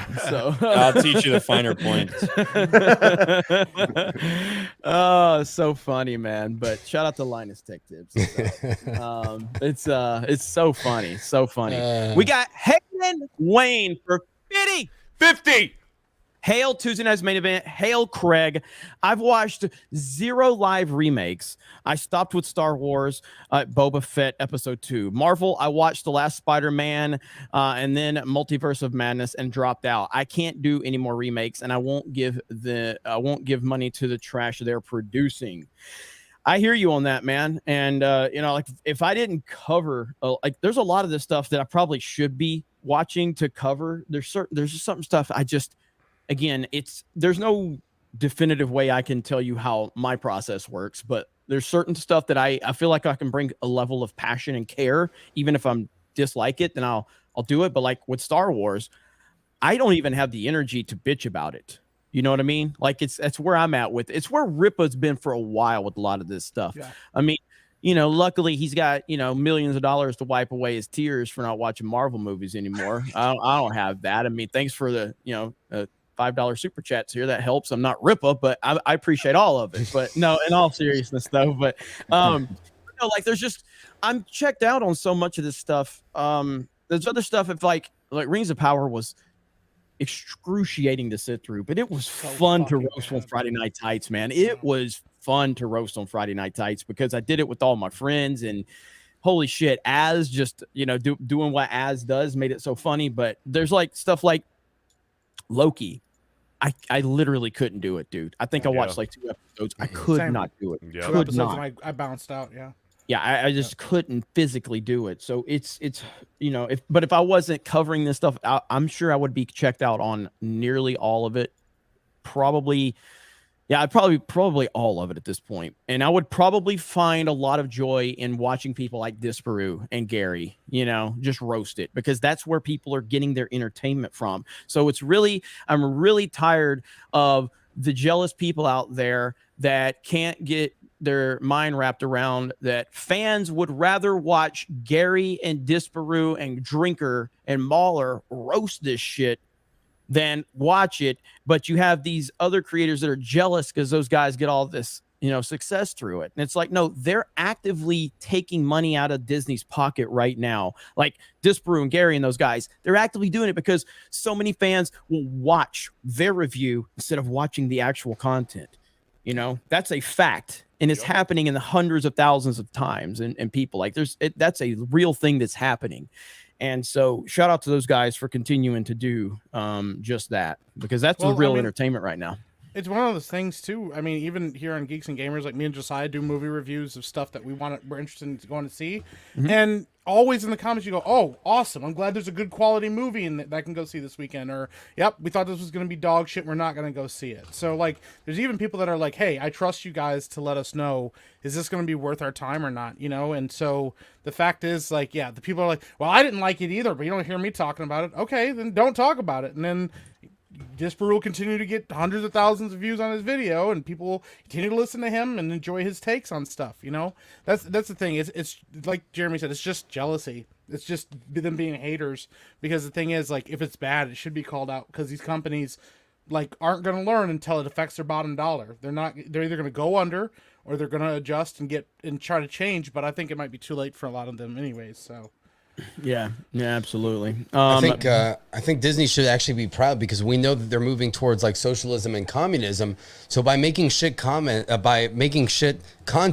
and allowing us to make commentary about it, they're actually spreading the wealth. So I actually think that they're just spreading their message in a different way. Man, I'll tell you what. As I was a huge Disney fan, like, for the longest time, and I admired Walt Disney and kind of his vision and everything went associated with that.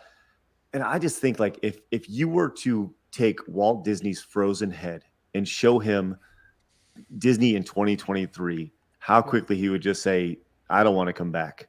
You know, like, I have no desire. I'm done. This Put me in the bucket. Me back on ice. Yeah, just it would be that "go back, we fucked up" meme. Go back, we fucked up. Right. You know, just no, I'm done. I'm done. So yeah, I mean, it's a sad kind of situation you see with that, and I don't know when it's going to change. But I mean, entertainment is. I mean, I know this is going to be a really controversial statement that I'm about to make, but entertainment is about entertaining people. I know that's such a dangerous thing to say. I should not have said that. It's such a dangerous, because I mean, you know, according to Hollywood, it's about the message. You know, it's about representation, diversity, inclusion, and all that other stuff. But at its core, it's about entertaining.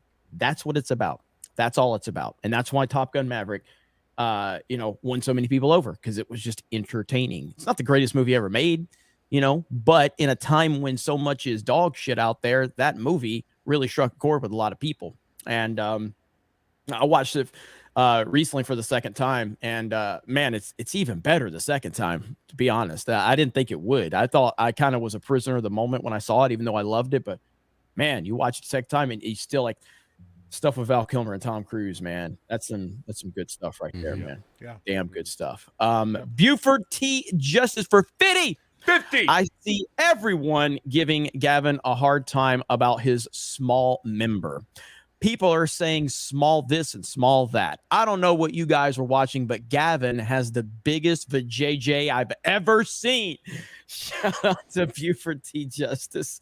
As we said, luckily the YouTube censors could not detect anything when Gavin decided to stand up and pull his what we presume would be his penis out on screen, but they couldn't detect anything, so it didn't get Gary's channel in trouble after all. But yeah, just kind of catch me up on that, because I saw clips, just like what led up to that, and just kind of walk me through that. Because it should have been the way we responded. We should have been like, "Holy shit, Gavin McGinnis has a massive clit." That should have been the response. Yeah. So really, I mean, F&T, we try to talk to as many people as we can. You know, a lot of times it ends up being a lot of people we know, but occasionally we'll reach out. You know, brought somebody like Alex Jones on. We've had Alex Jones on a couple of times, and we've had some really good guests. And so Gavin McGinnis is someone I've been aware of for a long time. Obviously, Gary's been aware of. A lot of us have been aware of, Ryan, and so on and so forth. And so I've been asked before, especially like on my D-Day Cobra channel. They're like, "Hey, you should talk to Gavin McGinnis." And I'm like, I like Gavin McGinnis. I don't think he'd want to talk to me about anything, because I'm a gamer and I'm into comic books and movies and all that dumb shit that he hates. And that's fine. I know where he stands on that. It's not breaking any news.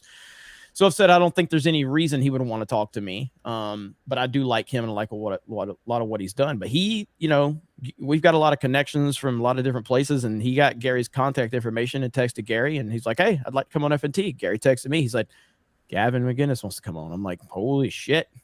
Okay." I don't really understand why he wants to, but hey, let's do this, man. It's gonna be awesome. So day of, you know, me and Gary were talking. I'm like, what do you think? Just do a regular show. I don't know what to think. Okay, cool. And, you know, it kind of started out the way it started out. And we argued a lot about pop culture and nerd stuff. And I guess he needed an out, according to him. So he decided to stand up and pull his dick out and pee on the table. Yeah. And It's a good way to get off a stream. Yeah. Yeah. And that's kind of it. Oh, We Jeremy, didn't know. that's my new strategy if this runs late. Yeah, I know. Yeah. He's looking at the clock. He just stands up. Yeah. And so, I mean, we were obviously, I mean, I was very shocked that a grown ass man who's talking about, you know, how childish it is to watch video or play video games and watch movies stands up and pulls his dick out in front of 20,000 people. But he claimed he didn't know it was live. That's a lie. He knew it was live. It was discussed many times before the show started. So he knew it was live. He's not stupid. And but here we are. It didn't hurt us. It only helped us, as everything does, because we're real, and you know, we're gonna just tell you, we'll meme our fucking selves when we fuck up. And so like anything else, you know, whether it was the Zack Snyder thing, it was gonna kill Geeks and Gamers, yet here we are with 3,200 people watching us right now, you know what I mean? And so with all the stuff we have going on, Gavin McGinnis ruined Friday Night Tights when all we did is just laughed about it and memed it, and the Legion of Memers memed it. And everybody's going to make mistakes in life. Shit's going to happen. Laugh at it, own it, move on. And that's what we're all about. And so we will live to fight another day. And, you know, I still just, what my biggest question is if your dick's that little, why would you pull it out on screen? I just do not know. I do not understand that. What do you guys think? Yeah. Is it a condition? I need to get this looked at. Yeah. So it is wild, to say the least. And so, but I was pretty happy with the show overall, and you know, I called him out immediately when it started, and basically was like, yeah, people like you are the problem. And we all kind of challenged, and you don't want to gang up on one person, and when you have a panel of like 9 people. But I think there was a lot of kickback and a lot of discussion. So, well, except for you're a fucking bitch. So, you know, so. Damn. Not for it, guys. Damn. But, yeah, so that's how that all went down. And we'll continue just doing what we do. And it was awesome. So. Well, thank you for sharing. Just like he shared his little story as well. Yes, he did. He shared his little story as well. And Hayden says, Gary Disparu Mahler drinker, and you guys watch this stuff and tell me all I need to know. That's more entertaining and fun. All your suffering brings me joy, and that is why we are here. That is exactly why we're here. And you know, and there was another comment that ads saved me from Batwoman. So I don't know how he did that one, man. That was a rough one. Batwoman was rough. Just a little bit I saw of it. And but did you guys know in the most recent GLAAD report of Hollywood, you know, they counted every single gay person in every single TV series, and CW had the highest number of gay people. Is anyone surprised by? I know Rip was probably shocked. Yeah. Shocked, man. Congratulations. Amazing. What an achievement. Yeah.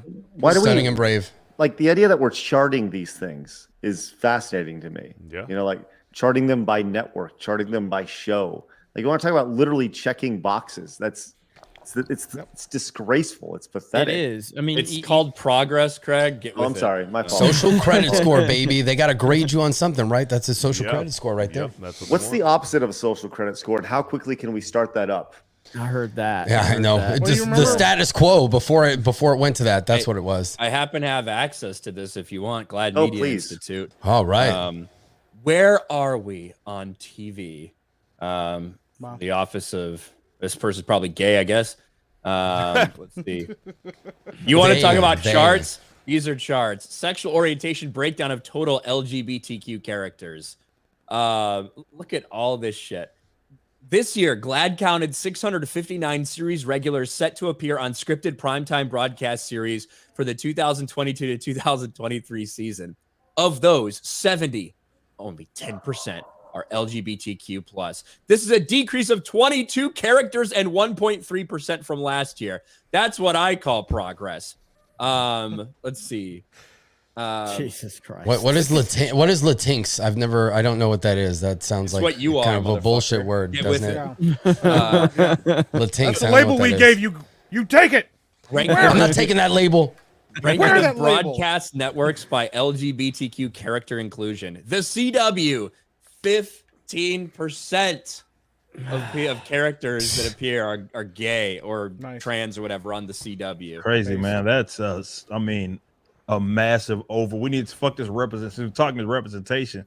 We need to be talking about over representation because that's exactly what hell, even in NBC, that's all over. All NBC's doing it right. Yeah, that's all over representation. If it's not less than 1%, then it's over representation. Shit. Yeah. And yet Ryan counts the number of Give me that black link, people by in the the way. That's an Batman. easy video.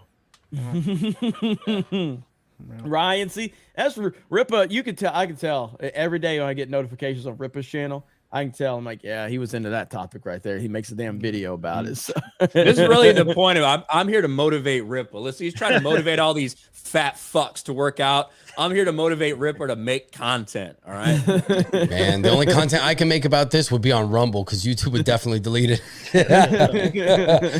Look at these charts, man. That's an easy video right there. So it's like the fact that somebody like puts time into this. That's got to be so federal weird, man. government funded. I don't know how GLAAD Mm-hmm. funded, but there's got to be taxpayer funds because there's no way somebody's getting paid voluntarily to do this shit right here. I mean, I love how black characters are just thrown in LGBTQ. Yeah, well, how come they count black characters and they're not racist? Ryan counts black characters and he's racist. He was just trying to help us out. That's your video headline right there, Ryan. Like, it's cool when they do it. It's a problem when I do it. Yeah, but what they're not just counting black people as part of the LGBT community. What they're saying is of the fucking people that are represented, how many of them are black that are also gay? So how often they double dipping on diversity, basically. That's such same a thing weird here. thing, Latinx. man. I don't know what that word is. It doesn't Asian exist. Yeah, what is Pacific Islanders. Latinx? I have no idea. Nope. Literally, it doesn't exist label. in Spanish. You take it and you wear it. That's a colonizer label, Mike. That's a colonizer label. This dude, Taking my hold on, language, hold on. colonizing my language. This dude right here is black, gay, got no legs, and probably has AIDS. Oh my god! Oh, but you ain't got no legs. God. Representation of characters living with HIV and AIDS. Oh Well, my gosh. listen, I don't know if you really need to make entertainment for those people because they ain't gonna stick around long. They're not gonna be repeat customers, okay? So I don't think you need to commit magic, man. too much to like cater to that audience. Oh Like, hey, man. how many people are we representing with terminal cancer? So, Right. I'm All playing right. too far ahead. So I gotta ask Craig about this. Craig, Yes. you want to tell me about this video right here? You want to tell me all about this? Well, Oh, yeah. It's funny because I was the representation on my team. let's watch this real quick. This was So pretty fucking good. look at Craig. That's Craig right there. Look at that on SlamBall. Now, how did this happen, Craig? How did you get involved with SlamBall? Oh man, so this was my first foray into how powerful the internet was. This was 2002. I remember seeing SlamBall on TV. I remember seeing because I was watching wrestling at the time, and SlamBall came on after wrestling, and I remember after seeing the first episode of SlamBall, I was like, I want to play that. Because they had 2 seasons, one in 2002. Look at Craig. And I don't remember love it, just man. tackling people. That's awesome. Oh yeah, man, it was That's legit. awesome. That was George Bird. He was the biggest player in the league, and he was like 6'8", 290 pounds. And I got a story about that dude for another time. But Well, hang on. So we're about to get to your dunk right here. we Okay, gotta look at this right here. Watch this. Watch this. Whoa! That with the slow mo. White men can jump. Look at that. Damn. Yeah.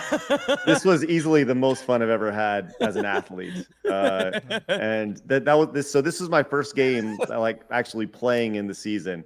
This is, I think, the 5th or 6th game, and I, like I said, I was the token guy on my team. Everyone else on my team was your African American, and I was the token white guy. White Mamba.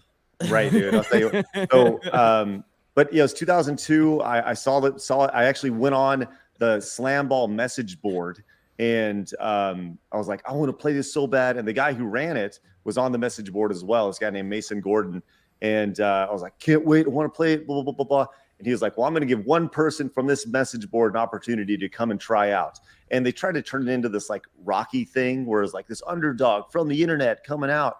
And so I started training for it. I spent like 8 months on trampolines, jumping up and down. I found a local gymnastics place that would let me jump on their trampolines. They got like really, really good. And so I eventually was given the tryout opportunity. So I went out to LA, drove out there, and ended up, I was the last pick of their draft. They had a draft of, it was like, all pre-selected and stuff. And so I was the last pick of the entire draft, and they had been following me around for this like documentary style camera. They wanted to document people's journeys and stuff. And I was not featured in the documentary because I remember after I got selected, they like shoved this camera in my face. They're like, how do you feel of being selected? And I was mad. I was legitimately mad because I was drafted last, and I thought I was better than like everybody. And so I was legitimately mad. So the first thing they do when they put a camera on my face, they're like, how do you feel? I'm like, fuck this. I should have been the first pick in the draft, whatever. And so I think that's when I got cut from the documentary of SlamBall. But it was a really cool experience. I was paid to play a sport, so technically I was a professional athlete. And they're bringing it back. It was announced today. That's why this is relevant. They announced today that SlamBall is coming back this summer. And so I tweeted that out, and I would love to go back as like a commentator or something, because I think it'd be pretty fun to do. Awesome. I'll tell you what, and I got this idea today. I think I've actually talked to you about this a little bit, but like, I would like to get you and Jay to commentate some of our gaming streams sometime, because we've had Jay do commentary on our Splatoon streams before. He's so good, and I think Beardo would be good at that too. But like, we could add a different dynamic to our gaming streams if we had like a commentator, like over it. Oh, that'd be next level right there. So hell yeah. So yes. I think that would be cool right there. That would be cool. I went to school for journalism. I called all the baseball games, the basketball games, the football games. And so, yeah, I love calling play-by-play. It's like one of my favorite things to do. So hell yeah, man. Hell yeah. So that's good stuff though, man. That's really cool. When I watched that clip today, I was like, damn, look at that dunk.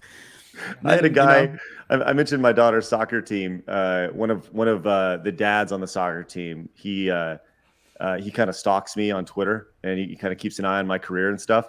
And he's like, you played SlamBall? He's like, you get more interesting by the day. It's like, it's pretty funny Hell stuff. Yeah. So yeah, man, it's good stuff. All right, so that means that we're gonna have to change the name of Geeks and Gamers Play to Geeks and Gamers The Ocho. The Ocho. And I give credit to the chat. I saw somebody make that comment, so I took it from you. I'll say this: Cotton.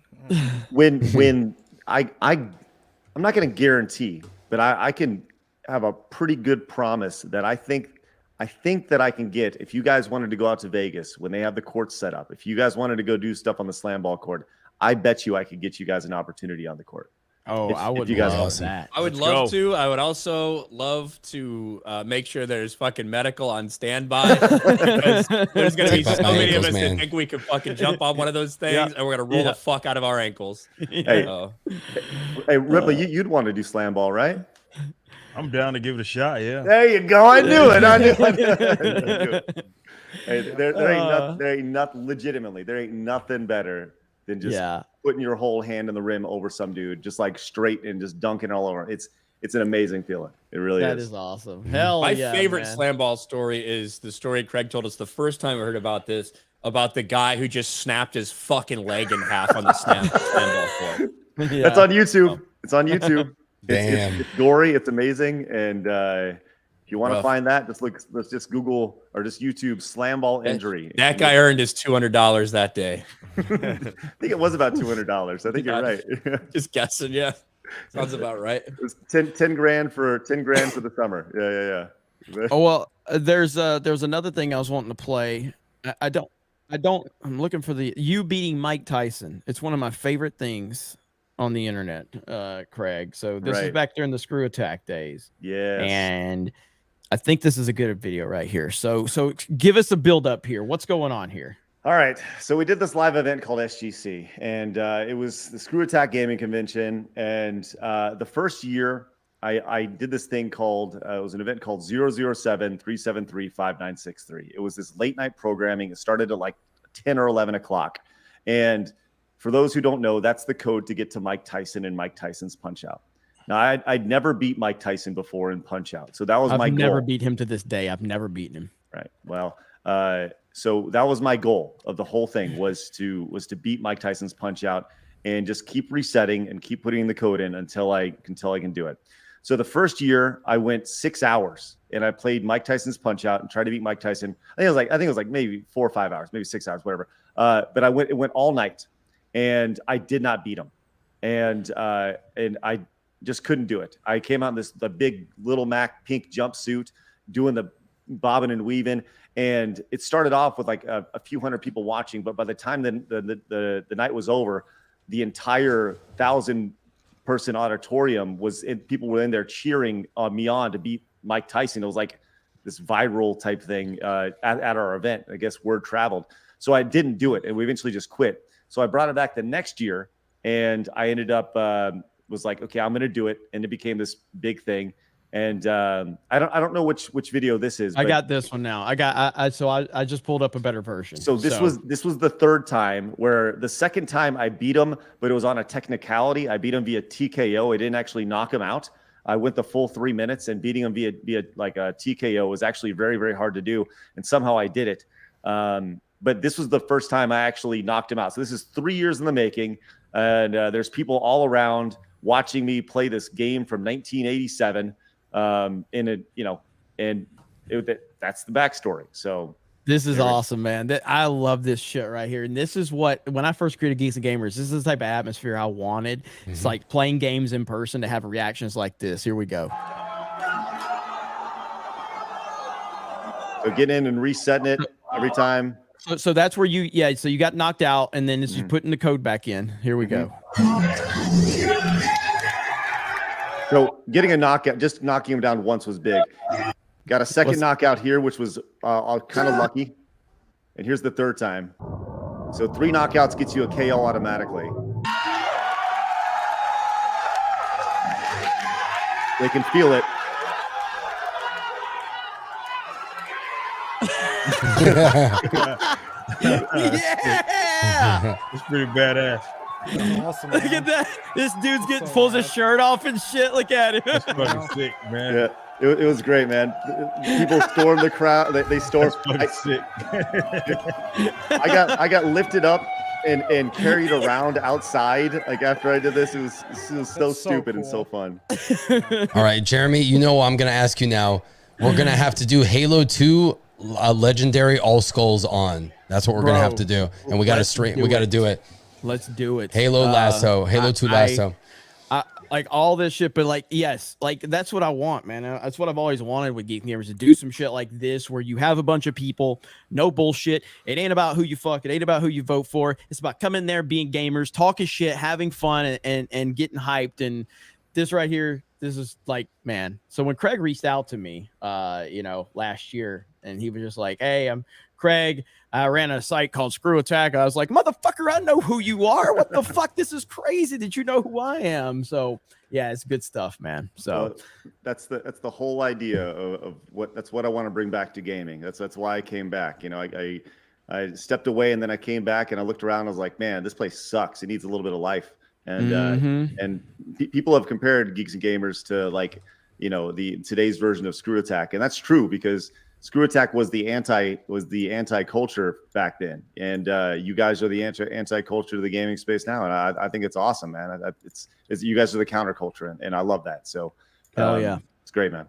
Hell yeah, it's good. That's good. That's good stuff, man. And you know, it's awesome to have you on and get your take on everything. Of course, everything you got going on with Side Scroller. So exciting time. So we're trying our best to kind of you know, recreate some different paths for geek culture and gaming and all this shit. And you got Ripa creating a Ripaverse. You got the Epic Verse happening with Mike and Josiah. You got Drunk 3PO being handsome.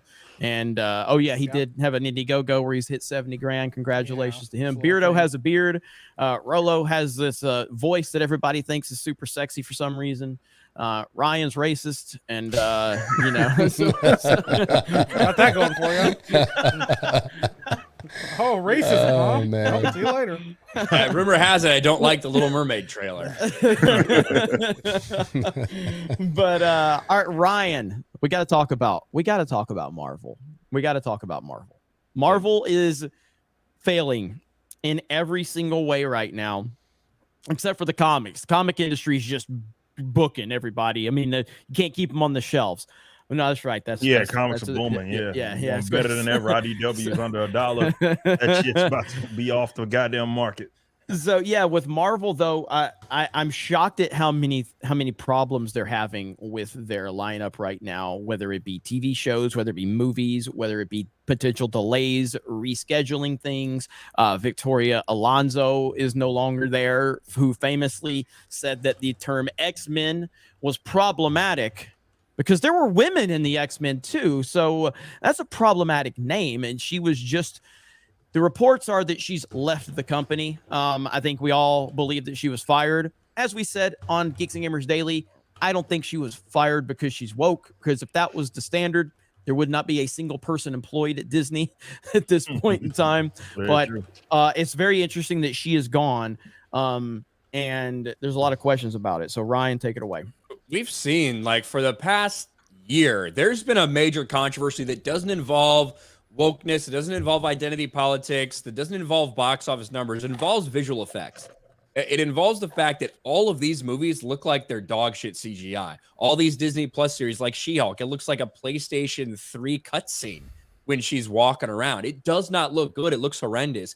And when Marvel is just, their goal is to put out like three or four movies a year and then like 5 series on Disney Plus, they are overworking the CGI and the VFX teams. There's been a lot of talk about that. There's been discussions from these studios that are saying, we can't keep up with this. They don't give us enough time. We are not getting this done properly. And now what do you know? The person who's in charge of visual effects, Victoria Alonso, ends up leaving. She's exited the studio. This is someone who very famously got more and more power. She is a woke activist. She is an identity politics obsessed freak. She's one of the people that stood up at the GLAAD Awards and called out then CEO Bob Chapek for not doing enough in the fight against the state of Florida. She's no longer at the company. I think that this might have a lot to do with some of the things we've recently heard about all of these projects getting delayed. Nearly every single Disney Plus Marvel show has been delayed. Even if it had a release window that was just announced a few months ago, it has been delayed as well. Likely because they know that they can't just churn this shit out anymore and expect people to come. They can't put out a subpar product and rely on people just coming to support the MCU. Doesn't matter if you're talking about Disney Plus, doesn't matter if you're talking about the box office. We have now seen box office flops, legitimate flops for the MCU. Not just one, not two, not three, multiple. And of course, Disney Plus has lost $2.5 billion just in the last 6 months. So it's clear in streaming they're struggling as well. But it looks like everything, especially the recent failing of Ant-Man and the Wasp 3 Quantumania, it's all coming up bad for the MCU right now. Yeah, I mean, go ahead. Let's say, do you think that Disney regrets Disney Plus with the amount of money that they're losing? They were licensing out their content to Netflix, to Hulu, whatever, and they were making money on that instead of having to invest in all the infrastructure and everything attached to it. They have to look back and regret Disney Plus at this point. I think all of the entertainment industry is looking back and regretting what they have done jumping to streaming. Because it's like you said, Craig, there used to be a couple places whether that was syndicated network television, whether that was Netflix. You had these licensing things where you could make fucking bank off these properties that you're kind of done with, right? That you're not airing anymore, but somebody might pay a lot of money to air this shit on TBS or whatever it may be. That's no longer happening. Now you have every one of these companies building their own streaming service, which means what? You have to populate it with content. Well, how are you supposed to keep people subscribed? Well, you have to make more content. So now, instead of being able to benefit, being able to, roll the dice and have 10 shows that get produced, one of them which gets past a first season, and you end up making money on that, and then licensing out all these different ways. Instead, all of your money is getting tied up in these things that have to be successful to keep these people there on these streaming services. And I do think Disney probably does regret the amount of money they've thrown at it. However, I think a lot of these people see the end game. They know that this can't continue. They know that in 3 or 4 years, some of these are going to fall away. They're probably not going to be at Paramount Plus, probably not going to be at Peacock. Probably going to be like the big 3 or 4. So I think that's kind of where their head's at. Well, I want to ask you, and this is an interesting discussion. I'm glad the streaming aspect really got brought up because me and you, Ryan, we talked about Netflix before. And, obviously Netflix changed the industry. All right. And I think that there was a lot of fool's gold with Netflix. Now, again, Netflix themselves, their business model was phenomenal, but it was built on a little bit of original content and a whole lot of content that was not theirs. Now, that was great. It was great for their business. It was great for what they were trying to do. But when you could go and watch shows from 10 years ago, the entirety of that show, that's what set Netflix apart, was all of the content that they necessarily didn't produce, but then they were allowed to go ahead and create this original content. And they did a good job with a lot of stuff like Stranger Things, obviously, Orange is the New Black. And they had like a few other series that, because you had such a large fan base of people, because they were there for that old content, you had a large platform where you could have good stuff. And so they had a few good things. But then you had places like Amazon and Disney Plus and other places see like, oh, Netflix has 100 and something million subscribers. This must be easy. And it's like, well, it's because they had so much backlog of stuff. And so that's kind of been your point all along about Netflix, Ryan. My point is they didn't have the cost of creating all of that shit, right? They had the benefit of not having to worry about like developing something and pay all this shit and what, maybe it flops, maybe it doesn't. They just sit there like, oh, there's 3 episodes of this random gay vampire show. All right, we'll fucking get that on. We'll pay a little bit of money to have that on. That's got a built-in fan base. That's fine. Oh, The Office. You're telling me that for like 10 years straight, the highest viewed thing on our platform is going to be this fucking comedy show that ran on NBC for 8 seasons? Okay, perfect. We'll get The Office on there, and people will stay subscribed to us for years and years just for that show. Just to rewatch that. Friends. Friends too. Yeah. Yes. And Breaking things like Bad. that. And that is... to me, like why people were so like, they saw the profits, they saw the money coming in, they saw all this stuff. They're like, we need to do streaming too. Not realizing that as soon as that pie gets cut up, it's not the same thing. As soon as you're developing original content for that, it's not the same thing. It was first in, best dressed for them, and then they reaped the benefits. And I remember my first job was Blockbuster at Blockbuster Video before it went down, and I started seeing Netflix and trying to see Blockbuster try to emulate way too late with DVD rentals, over the mail, and seeing that model explode. Because again, a lot of times when you're the first one, you have the benefit of, hey, nobody's ever done this before, so people are willing to take risks because there's minimal money involved for everyone except for Netflix.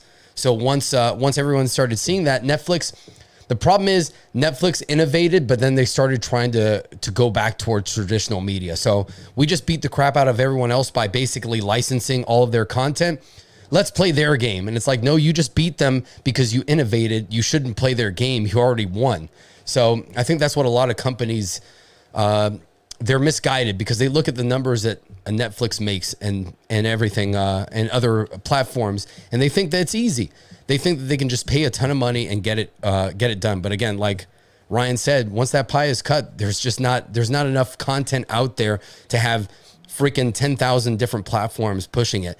as much as we like to push against monopolies, human beings tend to say, I only want to deal with like 2 or 3 things. Once it becomes more than that, it's too much of a pain in the ass. I don't want to deal with it. Man, I'll tell you what, when I sold Screw Attack, I sold it to a company called Fullscreen, which doesn't exist anymore. Fullscreen, their whole vision was to have an we want to have an OTT platform, over the top platform. I heard so many corporate generic streaming buzzwords in my time at that company. It was insane. And they wanted to produce they wanted to make their own mobile friendly app that was just going to be called the Fullscreen app. And it was going to be launched around millennials and teenagers and such. And they were going to have original programming. And we went through this entire process of like, we're going to build this entire thing. And they wanted to get influencers attached to it. And they spent tens of millions of dollars developing content. And they licensed Saved by the Bell on it. And guess what? They launched it and it flopped and it fell on its face. How many of y'all have ever heard of the Fullscreen app? Nope. Nobody ever did. Nope. It launched it. I think at one point, I think they had like 1,000 paid subscriptions on the platform. 1,000. And that reminds me of what Screen Junkies was doing for a while.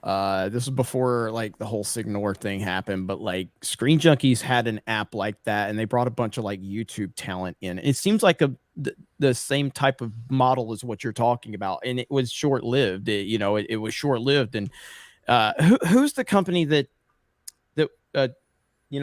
ultimately had control of Screw Attack? Who is it? At this point, Rooster Teeth. Well, so I don't really know who owns Screw Attack at this point. If I'm being totally honest with you, it's somewhere in the Warner Brothers Discovery group. Okay. But Screw Attack was a Rooster Teeth brand. But right now, I think that if you were to ask anybody at Warner Brothers Discovery if they knew what Screw Attack was, they'd go, "What? What are you talking about?" So yeah, it just got lost in the shuffle. And who knows how many IPs like a giant mega company like that has that were once prominent that everybody's forgot about now. It's insane. So, but like I said, been through the streaming, the OT over the top platform. That's what we want. And I'm telling you, they probably sunk close to $100 million into it. And they saw ridiculous funding from AT&T at the time. And that's what you saw. And this was 2013, 14, 15, where these companies were coming in and they were acquiring companies, these different companies that repped the YouTube personalities, because this was the future. And we're going to create these streaming platforms. And they all wanted to compete with Netflix, and none of them could. And they all got washed away into the content ocean, so. Yeah, the streaming situation is fascinating because it is. I think it's a winning model if you have it in context. But like Disney has gone so big and over the top with it, and what I mean by that is like if you have original content and you keep it small and focused and stuff, and then you have some other stuff that you can flesh out, like Netflix changed the industry from that perspective. But once that big balloon came out of nowhere, then you just saw the piranhas, just like, oh, we got to get in on this, and it is split so much now that they're all going to collapse at some point, I think. But I mean, like right now, as it stands, and I don't know the answer to this question, I don't know if anybody on the panel does, but like who's right now the top streaming service as it stands right now? Because I know that they all have something to offer, but they're all struggling to have everything. I mean, Netflix probably has the biggest. It's gotta be Netflix. They probably have HBO Max. Yeah, I mean, Netflix what do you consider are they turning a profit? Because you might have the most subscribers but not turn a profit. So what's your margin of success? Yeah. So I know Netflix has the most subscribers. That's just by default because they've been around for the longest. But like, who's consistently turning the best, I guess, streaming numbers as they report, as they self-report? Well, that's an impossible thing to determine. It's Netflix though. Netflix dominates Nielsen ratings in terms of minutes watched. It's not even fucking answer I'm close. looking for. The other ones are lucky when they get like one thing in there. It's like, oh, look, something from Amazon Prime, like the Terminal List. So like, wow, something from Amazon Prime got into the Nielsen ratings. So that leads something from HBO got in the Nielsen ratings. Yeah. So that leads to my follow-up question is, can Netflix ultimately still survive this and win this streaming, war and still be the prominent juggernaut that they are in 5 years? I think Netflix is safe. I think that they have such an advantage in terms of infrastructure and things like that that I think they'll be okay. They'll be able to adjust a little bit. It's really about how much money do you have to weather the storm. Yeah. That's what I And was for gonna say, something cash in like HBO Max, even though I think that is a good streaming service and offers a lot of good backlog with content, Warner Brothers has no money. They're $46 billion in debt. Yeah. Like that's one that I think will make it because of its quality, but who knows? They might have to. They've already like merged 2 or 3 times within the past 5 years. That's a mess. I don't know. I know that a lot of people, and I hate to do this. I hate to do this because, but this is a show we have to break news on. And I know a lot of people have faith in the Rippaverse, and I appreciate that. But I got sneak peek at a new character in the Rippaverse, and this may change your perception right there. So this is a new character in the Rippaverse. So I don't know what direction they're going. Seems like they're kind of moving into some representation stuff. Eric, Eric, can you explain this? No, I can't. No, I'm incapable of explaining that.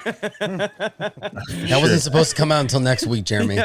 You broke the story too early. Yeah, we broke the story too early. So, yeah. What was his name, Chris? What was the name you gave him? Like back when you were memeing this? Do you remember that, Krista? I don't know if she remembers. Say that again. Sorry, I was typing. What was the name of Rippa's character that when you were memeing it? What was it?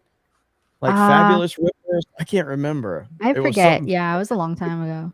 Chris used to meme the hell out of this thing. It's to the point where every stream would be Rippa in the bottom corner waving that wand, and you'd see people coming there like, "Is that young Rippa?"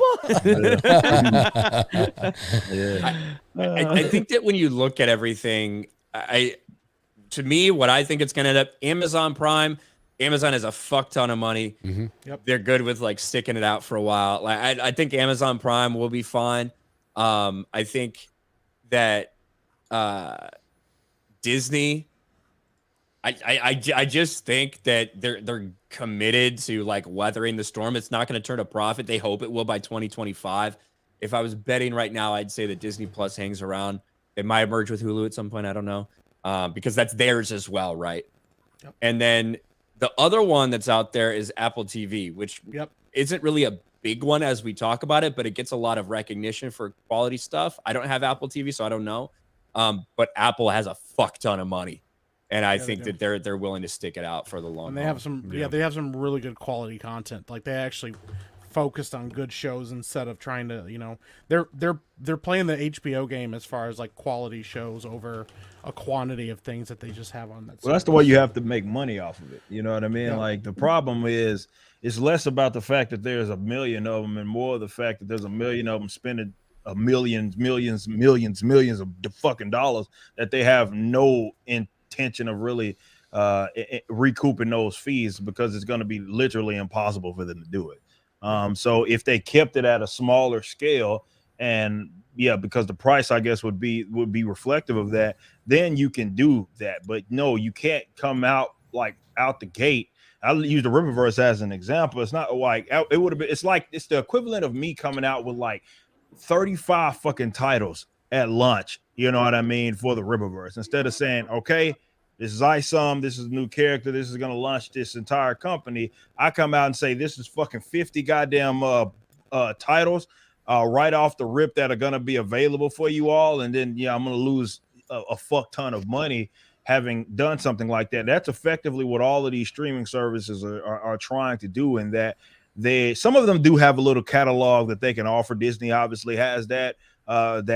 Where they can, they're not spending money on that because it's already been made. But as they're trying to do all these different shows and fucking movies that they're trying to make exclusive to their platform, and everybody knows that Hollywood's overpaying for fucking everything right now, it's just not going to be a lucrative deal. So if you do focus on quality over quantity, then you can probably turn a streaming service, because really that's the subscription. That's where the money is with anything, for that matter, in business right now. The subscription services, that's how you get that kind of just money that's just flowing in all the time. But in order to convince people to sign up for that type of stuff, you have to give them something that's obviously at a price that is reasonable, and having obviously the content be reflective of that. So these guys are doing way fucking too much, and that's why they're, for really no company right now, it's just not profitable. What started this conversation was what Craig said about, do they regret doing this? Do they regret going away from traditional shit? Well, guess what? Every single fucking streaming service is now starting an ad-based tier, so they can try to get that revenue money from commercials, so they can try to do all that shit once again, just like they had for cable television. Go ahead, Craig. And you know who the smartest one in the room is? The platform we're on right now, YouTube, because they have people working for them for free. They're not paying for much. They dropped YouTube Premium. They dropped the red thing because they went out and they explored with making original content. And what happened? They lost all sorts of money. They spent tens of millions of dollars on original content. And the best thing that came out of it was Cobra Kai, which is now on Netflix, right? Yep, that's right. You know, so that's the best thing that came out of YouTube Red. But outside of that, you know, YouTube is over here. Look, we're all working for free here. Guess what? All those super chats come in, they get 30%. All those memberships, they get 30%. And they're just, you know, I was looking at the revenue from Netflix versus YouTube in 2022, and Netflix is still generating more revenue, but I bet their cost of streaming of data is considerably more. Netflix did 31 billion, and YouTube did 29 billion. So, but generally with Netflix, you're streaming, and I think they have like a 4K minimum, and a lot of people on YouTube stream in 720, 1080. So that's a considerably less cost. So I don't know, it's just an interesting conversation for sure. That's how my mind thinks. So I think, and who was it, Mike? Yeah, I was just All right, gonna go say, ahead. like, just as a side thing, as far as subscription services, this is not original content and they're not making movies and stuff, but like Microsoft with Game Pass, they were like, hey, we're not just like dropping old games, and it's not just an old game catalog. They're dropping brand new AAA games. Yep. And then when they went and bought all these these companies and stuff like Bethesda, they're like, hey, guess what? Like Starfield is going to be on Game Pass, so just pay us monthly. You get to play a AAA brand new title at launch on our streaming service. You don't even got to buy it. So if you don't like it, you're not wasting your money. And so that's one of those things, like like Ripple said, it's quality. Like they're like, we're not just going to put back catalogs of stuff. It's also, we're going to put our money where our mouth is and put quality games, and you also have less to worry about. So I think like it's kind of an interesting thing to look at the video game industry and go like, with Game Pass, because I think right now they said that it's profitable already for them. Game Pass has actually done extremely well for them, so it's like, looking at like that kind of service and going, how are they making it work? But like, spending tens of millions of dollars on original content and then not knowing what your audience even wants, because we've also seen Netflix kind of back off on some of the content that they were doing. They're like, some of this stuff really is not working for us. We tried to like do something for everybody, and guess what? Some of those people don't buy things. They don't have money to pay us or like make this profitable. So we need to back off and figure out what audience is really paying us for stuff and what audience is going to make us the most money going forward. Yeah, I do think YouTube is a really they obviously have problems, but it's like if you look at like when I stream on Twitch versus YouTube, I'm far more comfortable on YouTube, than I am Twitch. You know what I mean? And that's just so when I'm on Twitch, I don't talk about anything political or anything. I just kind of play video games, which is fine. It's a nice kind of change of pace, but for me, I've had issues on YouTube, and it takes a fucking lot, but when you get through, they typically treat you pretty fairly. And so yeah, what they're doing is they're winning. You're watching all of us on YouTube, Friday Night Tights, Tuesday Night's Main Event, all of our channels, all the stuff we're doing. And Twitch is fucking struggling right now, man. YouTube's got a great model, like Craig said, fucking a bunch of independent contractors. Yes. Who are working for free effectively. So. Yeah. And it works. Like I've said, like I personally have when you look at the standard, and I know there's like platforms like Rumble and Odyssey and all that take a smaller cut, but it's like when you look at like Twitch's model, Twitch's model is terrible for the creator.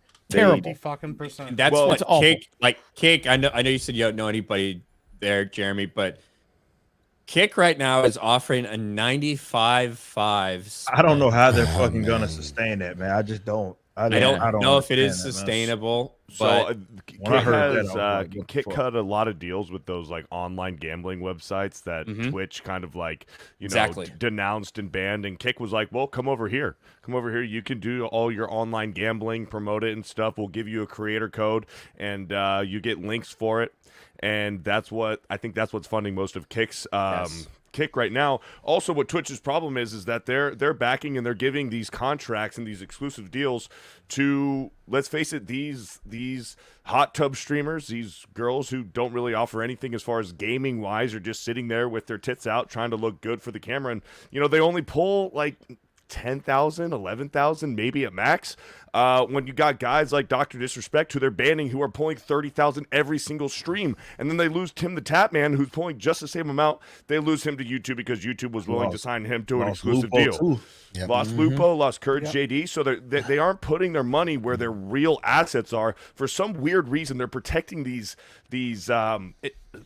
weird hot tub streamers and these girls who are doing like these ASMR. They're just chatting and they're not really offering anything that's they're not offering any kind of gaming entertainment content. They're just there to look good, and they're not pulling the same numbers that these big time streamers are. What Twitch was built on. Twitch was built on entertaining video game streamers, and they've all left to YouTube. Man, so I've been in conversations with Twitch about this exact same thing, and the conversations with Twitch were honestly pretty appalling. They are so arrogant. I've been in their offices in San Francisco. I've seen they have a lady on call at all times for massages. Like they have a massager. It's stupid, their office. Pretty based. It's ridiculous, man. But it's just like you want to know where your money's going, where their money's going. It's going to pay for a masseuse to be on call 24 hours a day. Anyways, hire me, Twitch. So the reason why they let people like that go is, number one, it's not that they can't afford them. They can. It's that they are so arrogant that they can do it without them. It's the platform, not the creator. They can just make another Dr. Disrespect. They'll just create another person. They'll put them on the front page. Somebody else. That's their thought process. That is like 100%. I've heard it from them. They're not concerned about the creators on the platform. They're concerned about, they can just make another one. And it's such an arrogance. It's insane. But the biggest difference between YouTube and Twitch is the discoverability on YouTube. Like when you're streaming on Twitch, it's impossible to be found. There's no way you're going to be circulated at all on their platform. You have to come in with an established audience, or be hand selected by them through something like Twitch Rivals or some other unique situation. But for the most part, you have to bring your established audience over to Twitch. It is certainly not like it was a decade ago, obviously. But well, I mean, like it's mind-boggling. I don't like. I watch Dr. Disrespect occasionally. I'm subscribed to his channel and everything. I think he's phenomenal. He is fantastic, and the idea that they think they can create another Dr. Disrespect is insane. Because you can't recreate that. That he's a special type of internet personality. And you just can't recreate something like that. It's like in wrestling, you're not going to create another Stone Cold Steve Austin. You know what I mean? Like these are special individuals that are once in a generation type thing. And Dr. Disrespect's like a special internet personality. So showing that that's arrogance on another level. It is, but I don't think the thought process is we're going to create another. I think it's just another big personality. Just another big personality. We're going to create 5 of them instead of one Dr. Disrespect that has 50,000 viewers. We're going to create 5 of them that can do 12,000 viewers. And, I got you. I see what you mean. Yeah. So that's the thought process. So we're not going to lose any impressions. We're just going to get filter it up and eventually we'll just make up for the views. I had I was very close. I ended up selling to Full Screen, but I nearly sold Screw Attack to Machinima. We were in conversations with Machinima, and I was in there talking to one of their CEOs, and the reason I bring this up is the exact same conversation I had with Twitch about their stars was the exact same conversation they had about our content, Machinima. Their thought process was, we want everything else but your content. We want your live events, we want your video games, we want all this stuff. And I was like, well, what about our content? And they're like, oh, we don't, we can just sign other creators to get your views. We don't really care about the views. And that was the deal breaker for me, because for me, the content is what makes everything go. If you don't have the content, if you don't have the fun personalities, then nothing else we do matters. And that was a huge turnoff. And that's something that these executives at these companies, they take for granted. They don't understand. And it's the truth of the matter. I mean, like I said, I've been in these meetings and I've heard it more than once. It's disgusting. Yeah. It's good. That's good information though, for sure. Yeah. This is basically Twitch in a nutshell. So Twitch removed Chica's Lives emote for bullying. Literally just a chicken with a L on its forehead. This is apparently bullying according to Twitch.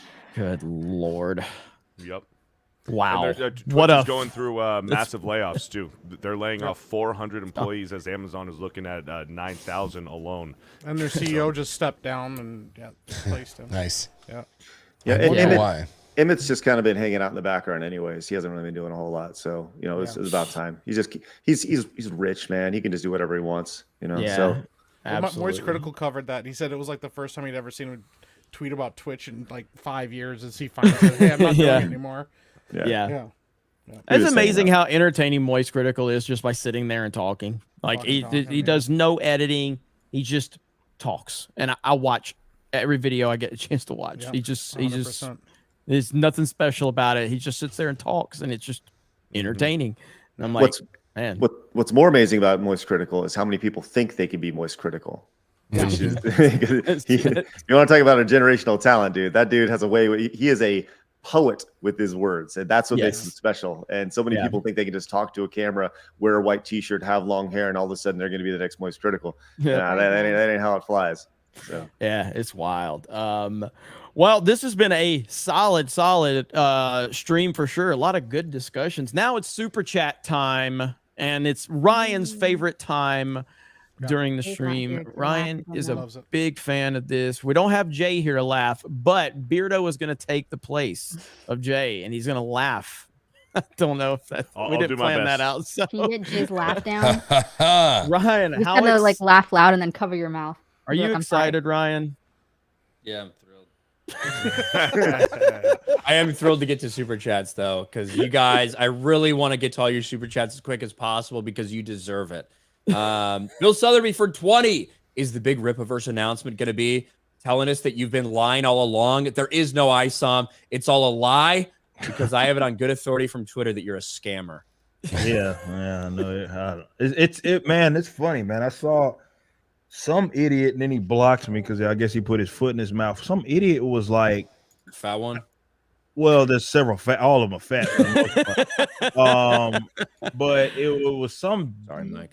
I have Ripa before you keep going. I got video of Ripa hater right here. All right.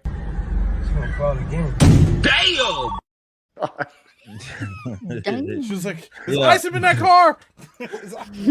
They're like, I don't know. Some people are going back and forth. I guess they, I don't know, woke up from a coma because they were like talking about like ISOM 1 and like it never had went out. I'm like, where the fuck have y'all been? And like, we fulfilled all those fucking orders last year, man. Where the fuck where the fuck have you been? But these people are, man. Like I said, that's one thing that I'm disappointed in with the whole Riververse is the level of detractor that we've got is just it's terrible, man. And it's I deserve better than that.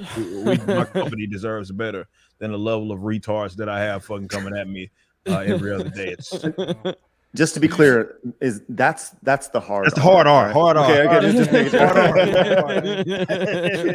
I don't know if you saw Ripa. They brought back the totes again. They were like, he's stacking stuff in totes in his warehouse. You guys see that? I was like, I thought that was the old thing. No, it was brand new. They're like, yeah, I bet you didn't know about the totes. And the guy's like, oh my god, the ones where somehow people are getting 9.9s. Good luck getting that on a Marvel grade now. Getting 9.9s because we take so good care of it. Well, what? They're like, what does that even mean? It doesn't even matter. Got that shit from Lowe's. One more time for Steph.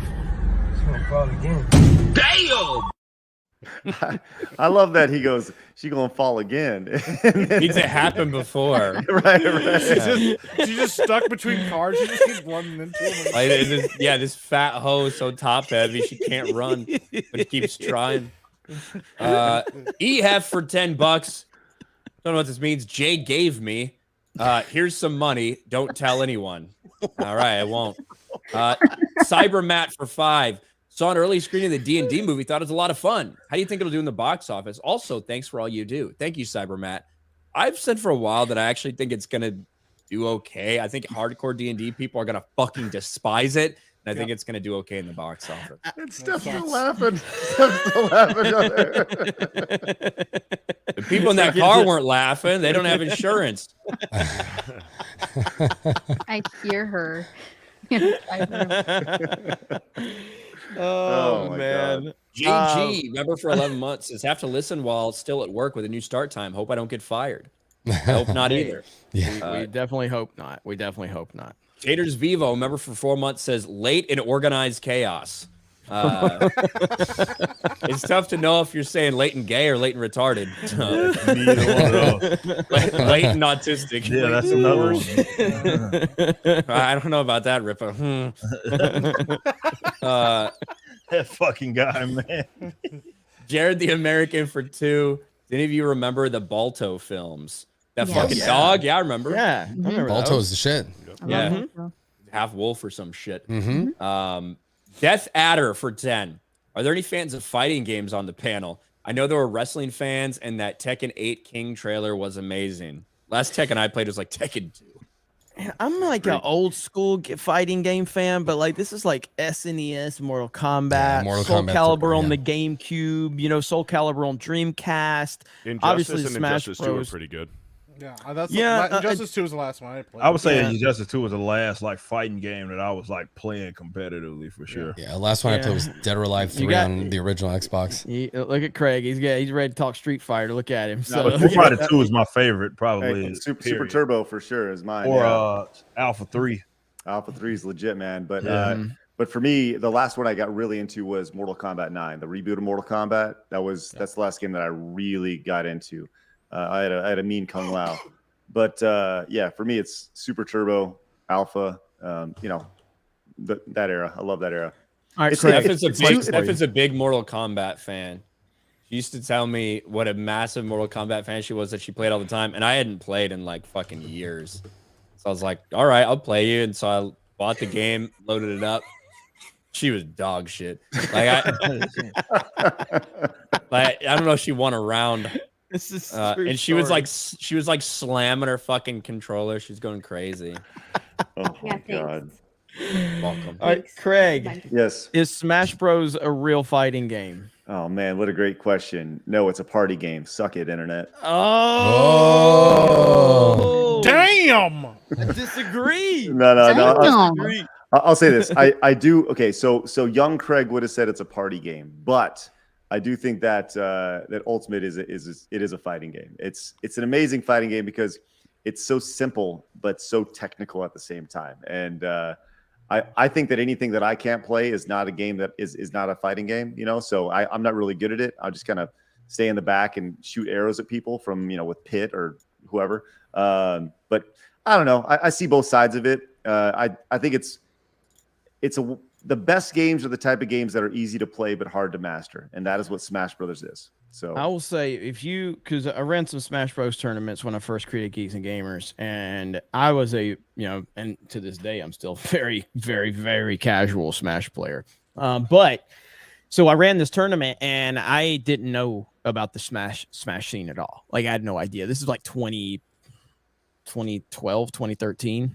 And so I started, hey, we're going to do a Smash Brothers tournament, everybody. We're going to get together and play Smash Brothers. And all of a sudden, these guys had an event page on Facebook, and these guys come in and start criticizing the fuck out of my rule set and criticizing everything. But not like they weren't being dicks about it. They were just basically like, hey, we're interested. We play Smash, blah, blah, blah, blah, blah. And I came in just like a fucking, like, fuck you, motherfuckers. This is my tournament. You can kiss my. It turned out they were like top ranked Smash players. Oh my god. So we got in a big argument, and then dust settled. Now we actually talked. They came, they helped me set the tournament up. I never wanted to pick up a controller again after I saw them guys play Smash. I'm like, what am I doing with my life? They were doing things that I didn't even know was possible. It was just retarded how good they were. Yeah, when it's people that are playing off the stage and under the stage and shit like that. Right. Yeah, that's what they would do. Yeah. And where I'm like, I'll do anything to not be off the stage for a second. I'll do anything to get some solid ground under my feet. I'll put myself in a vulnerable. I'll do whatever. Like, those guys don't worry about that shit. Yeah, it's wild. It's wild. They have no fucking lives. Well, I know Kongman is a really, really good Smash Bros. He's player. Asian. That doesn't count. That's like in their fucking DNA. And Krista knows a professional Smash player, so I think we're going to try to set something up for them to play at some point on one of our channels. I should set it up soon. I gotta, because I know we were originally going to do it, but then Kongman, he's always on the road.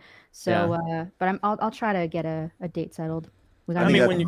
Kongman's a member of BTS, so I mean, he really a lot of concerts. Yeah, a lot of concerts. Yeah, Go ahead, Craig. I was saying that, like, that's always fun content where you get like the best of the best, these pro players, and you bring them in against casuals. Yeah, and it's always fun to see if you can just take one round on them. And it goes back to you guys probably don't get this reference, but there was this player called Brian. He was an NBA player, Brian Scalabrine. Scalabrine, I love. Oh yeah, right. Scalabrine is great on NBA radio on Sirius earlier. Yeah. So love Scalabrine. So Scalabrine had this bit after he retired where he would just take on people on a whim. People would come challenge him, and his thing was fucking destroy him. Yes, his thing was, I'm closer to Kobe than you are to me, or I'm closer to LeBron than you are to me. And there's so much truth in that, and that's what you get when you get these pros versus Joe setups. So, hell yeah, love Scalabrine is so good. Scalabrine was on the Bulls, and the Celtics, when he was on the Bulls, was Derrick Rose's either rookie or second season. Either way, I went and saw the Bulls at United Center just destroy the fucking Cavs and LeBron James' bitch ass. It was great. And but since the Bulls were up by like 30 points, the crowd started Scalabrine. They were just chanting for it. Finally got in there, sunk a three, like 1 minute left in the fourth quarter, nothing on the line. He's pretty hilarious. He's a great talk show host too. He's awesome. He is. He's phenomenal. Love him. Ruben Christopher Haynes for 20. The OG Little Mermaid is about the human experience, how we as humans must elevate our souls from sea creature to mermaid in human form, and then to the creature of the air. It's a fable about learning about yourself. Thank you, Ruben. Hope you're doing good. I saw him in the chat talking about he's been working out. So I know he's lost a lot of weight since we saw him last. So that's good stuff, man. I'm really happy to hear that, Ruben. Stephen Wassick for 20. Did anyone hear about the Mets playing Mario Kart 64 on the Jumbotron in their stadium? I think they were using an emulator because there's no way a game that old would look that good on a screen that big. I didn't hear about that. You know, I had the opportunity at Cowboy Stadium when it just opened up. They have that big screen up top. Yep. I went there for a Mountain Dew thing, and I got to play Halo on the Cowboy Stadium. Yeah, on their big jumbotron. That's awesome. That was a cool experience, man. And that's basically what my old setup was, right, Ripa? You remember that? Oh yeah, that fucking massive ass projector that he fucking had in his damn room playing video games on. That's how I used to play. Hollywood Point. I had like a 60-inch TV that I was playing on. Yeah, man. Ain't no way, man. Not a FPS. Ain't no fucking way, man. I had fucking sitting there like 10 feet away from me, like a 60-foot fucking TV or a 60-inch TV. That's so bad. Unbelievable, man. And when Ripper hurt, he couldn't stop shaming me over that. You'd think I was fat. Death Adder for 10. There's been a lot of games with censored character stories and animations lately, but Tekken seems to be pretty free of it so far. Good. Zenny Biscuit for 5. I feel like we need to start hashtag not all Victorias. That's right. Your name is Victoria. That's right. Shout out Zenny Biscuit. Quantum DeLorean, member for 1 month. Shut up and take my membership. Okay. I wish I could shut up. Take her for 5. I ain't saying she's a gold digger, but she ain't messing with no non-white person. Broke hard ours. Ryan finally covered Kanye at karaoke night. I sang Kanye at karaoke, I think in Vegas. So yeah. Luis Cuevas for 20. The E-Girls are not all pulling streaming numbers, but I bet they're pulling higher super chat numbers. The thing is, when you look at the highest earners on Twitch, I think the only person in like the top 50 or something was Amaranth. Like it's like astounding the difference, and they're all like, "This isn't fair." No, go fuck yourselves. Pull your tits out more. Maybe you get more super chats. Who is the top? But how much are they making on OnlyFans though? Because that's really what Critical Role. Twitch is, right? For a lot of these girls, their Twitch, it's not really about the numbers they pull there. It's about pushing people to their OnlyFans. So, who's the top 100%. earner on Twitch? Is it Last time I Earner? saw it was Critical Role. Kai has the most subscribers, but I mean, yeah, I mean, XQC's been up there for such a long time. That Hassan piece of shit, he's up there. That's Ripa. Ripa's always sending him bits and gifted subscriptions. No, man. Like I say, every time he's brought up, I just don't understand him. I don't understand what people see in that fucking retard.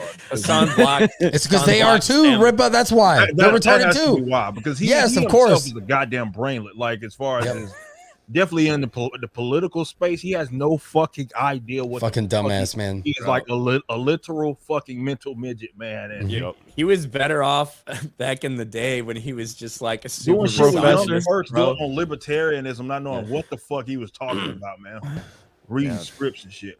Monica Horn for 10. In case you're interested, Waking Sleeping Beauty is about the Disney company in the 80s and Little Mermaid pulling them out of the dark and leading them the next few years of great Disney animation. Very cool, Monica. Thank you. Revenge in the Netherrealm for 2. Ding Dong, The Witch is Dead. Deuces Victoria. That's right. Dude, I love on the stream when Craig had Gundam and Keem on, and Keem was like, when Gundam first came in, he's like, "So, Gundam, you're the expert on all things DSP." He goes, "Oh, not really." And then he goes, "Wait a minute, I know who you are. You're the guy that you got into it with Pokemon." Oh man, that shit was hilarious, dude. Side scroll is all about connecting people, you know. I watched your face the entire time, and it just slowly went from, "This is awesome, man. I got Keem on, I got Gundam," and then like halfway through, you're like, "What the fuck have I gotten into?" And by the way, Craig, you know how old Panda Lee was? Yeah, apparently she was 17. That's the rumor. Yeah. Lord. Westoria, member for 7 months. Hail, thanks for saving my sanity all these Tuesday. Also, hi, Rags. Wait, that's a different show. Shoot, I fudged it up. Oh, God. Jay, say something stupid to save me. I thought Beardo was supposed to be dead. Well, see you later. Yeah. Hang on. I can get the save right here. Hang on. If you just give me just a minute, I'll find it. Where's it at? Totally I worth can't it. find it. Yeah. I can't. Where's the J laugh at? Did somebody remove it? Worth the wait. There it is.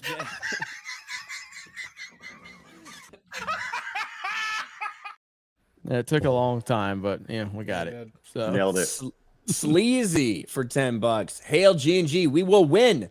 We got Nina Infinity on Jessica Reloaded tonight. Thanks to Ryan for all the love. We kind of get the rest of G&G. You're too good for little streamers like Jay. LOL. Love y'all. Thank you, Sleazy. I saw your DM you sent me. I'll get back to you about it, man. Thank you.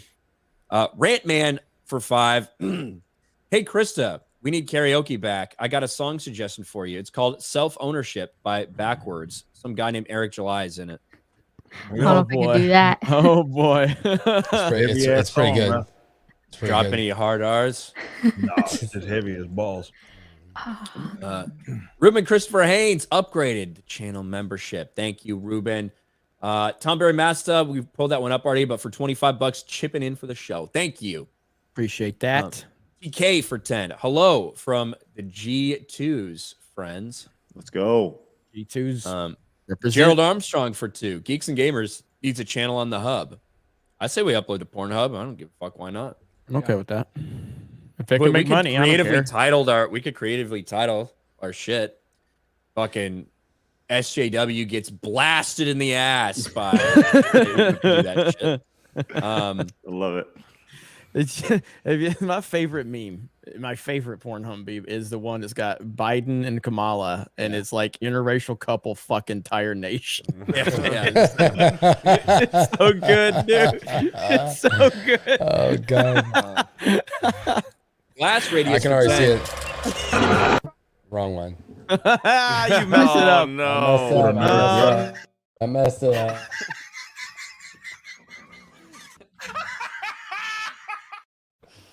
Do not come. Do not come. I'm gonna come. There we go. Blast radius for 10. They should have gotten Mario's original voice actor from the 90s Super Mario Bros. 3 cartoon. Chris Pratt, in my opinion, doesn't sound like an Italian from Brooklyn. He sounds like Chris Pratt. Tweed Tone for 5. These new live streams is a big W.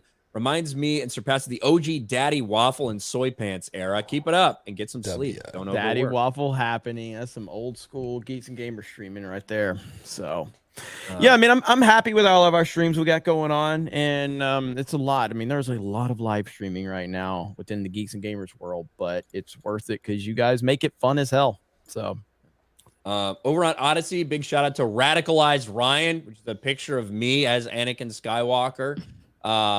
There's 3 super stick. Wait, I think there's more than that. I think there's 4 super stickers. No, 3 super stickers over there. 2 for $5 and 1 for $25. Thank you, Radicalized Ryan, my friend. Thank you. We got some rumbles as well.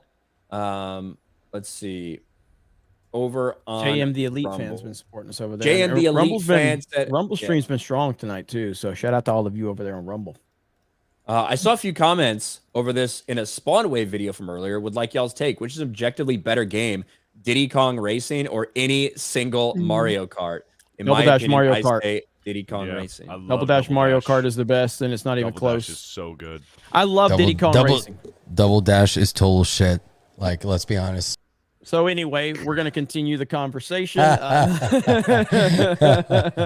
been playing it recently, man. It's total shit.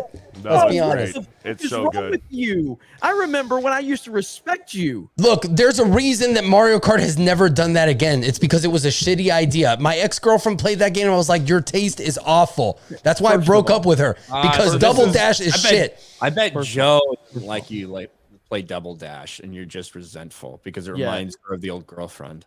Ooh. No, we know Mario Kart Wii is the best one. Let's be honest. Mario Kart Wii is not the best. No, I think 7 is probably the best, but you didn't play on the DS. 7 has like it all. It has like what 8 has plus all the old school games. I think 7's the best, to be Double honest. Dash. So the reason Rolo doesn't think Double Dash is the best and he thinks fucking Mario Kart Wii is because those are catered to the normies. Okay, Double Dash is for the real gamers. Mario out there. Kart Wii was like for little kids, like 5-year-old buck-toothed, chubby cheek little kids. Like Double Dash was for grown-ups. Men, grown-ass men. It Yes. even said it like on the advertising. It was like for grown-ass men. Just like Fortnite is for grown-ass men. Okay? Yeah. Well, obviously, who's the most grown-ass men in Fortnite here? Come on. So obviously, I got the best taste, Jeremy. Come on. You just made my case for me. I got the biggest balls here of anybody in Fortnite. Not that that's a compliment, That's because but you got stung by a bee. Sounds like a major. I'm gonna beg to differ on that. I'm gonna go so fucking try hard tonight. It's gonna be unfucking real. Hold on. Are you guys playing? Greatest moment in gaming history. Are you guys playing Fortnite after this? Absolutely. Are you going to join, Craig? Well, I'll say I'm going to be streaming right after this. But I don't have a game to play. He's going to stream Fortnite with us. That's what he's saying. Like We're immediately after Fortnite? this. Yes, immediately after this, like 10 minutes.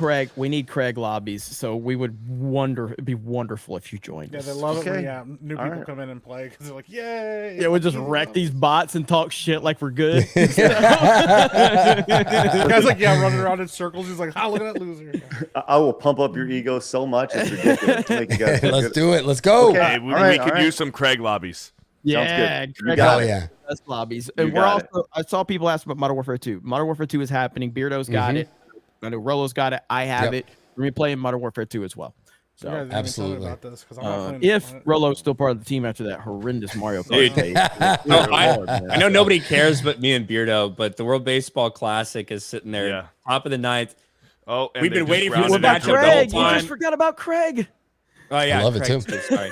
But so Otani is facing Trout. This is the Mike matchup Trout people right have been now. dreaming about, and it's Whoa. happening with 2 outs in the 9th inning. Yep. United States needs a run to keep the game alive. And, So good right this is now. like the thing 3-2. that everybody had been thinking could happen, and it gets set up. And it is. With It yeah. is. So Is here, it on let's do YouTube that. TV? Yeah, Is it's it on on YouTube Fox TV? Sports 1. Fox Sports 1, yeah. Well, I just want to point out that right now in the third period, the Seattle Kraken are beating the Dallas Stars. Didn't make you guys give a damn. Well, I don't give a fuck about if an NHL hockey player refuses to wear some gay shit, I'm all over that story. That's like a story I'll talk about. But yeah, for most other fucking things, Stars turn they fucking like all entire Twitter and all this gay shit. I was like, man, I'm not gonna follow y'all, man. Like, trust that shit. Yeah, man. When's the last time you watched any professional definitely an sports? agenda.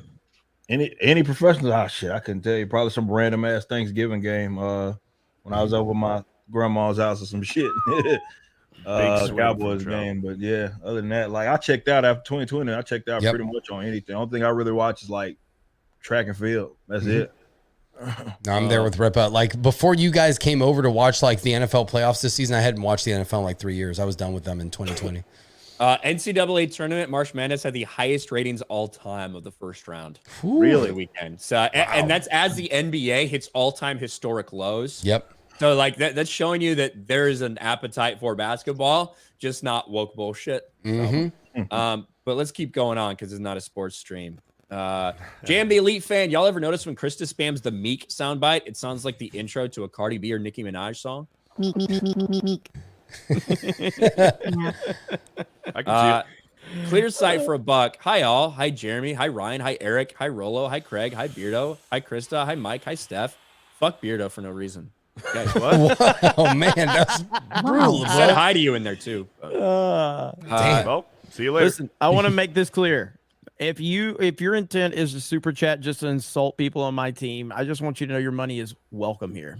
Go for it. And I'll read So. it. JMB Elite fan for 5. Ryan should check out Ghost Stories dub greatest moments. 4.5 minutes long.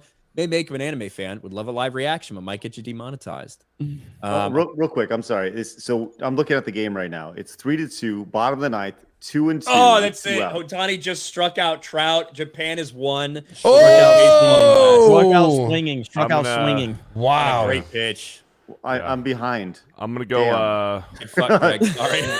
Ryan, you want a sports wars video? Yeah, you can do it. Yeah. You can bounce and do it. All right, I'm gonna bounce and make a sports wars video. Then. You can come back. You Perfect. can come back. Thank You can come back. Beardo. So you're telling me 3-2, bottom of the ninth, 3-2. This next pitch is going to decide it. Yeah, watch he it. Strikes out swinging. Is it a sweet curveball? Yes. All right, let's see what we got here. I'm excited. This is live. 15-second delay. That's right. Ooh, that's filthy. Good. Yeah, it was a great fucking pitch. So wow, filthy stuff. All right, let me. All right, I'll catch you guys later. I'll see you on Fortnite. All right, follow Beardo over on Twitch. Yep. A few days, either I think tomorrow night if there's a midnight release or Thursday, Resident Evil 4 remake. Let's go. Hell yeah. Let's go. Nice. Let's go. See you, bro. All right, Mo Zamboni for 10. If you're gonna go down the hub, it needs to be multiple uploads of Ripa getting blocked by the penguin. That was rough, and not gonna lie, I always fast forwarded to the best part. That's pretty good. Mav Dick for 2. Steph, do you still make shorts for Salty Cracker? Oh, no, I don't. I still work for Salty Cracker. I do back end stuff, but I don't like make videos for him. I stopped doing that. We might do it again, but for right now, no. Can you say that name one more time? Mav Dick.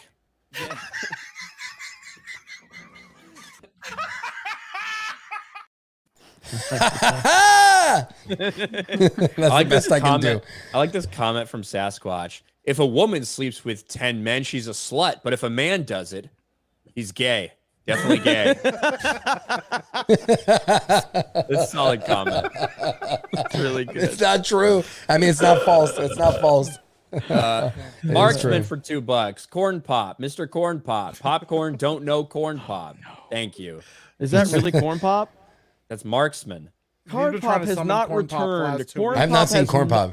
Returned since Dude can that go night fuck where himself. he literally hijacked the stream. He literally ended his own career. That man literally ended his own career. He's over on Ricadas. He gets drunk every night, and I think he just did. He's not bankrupt yet.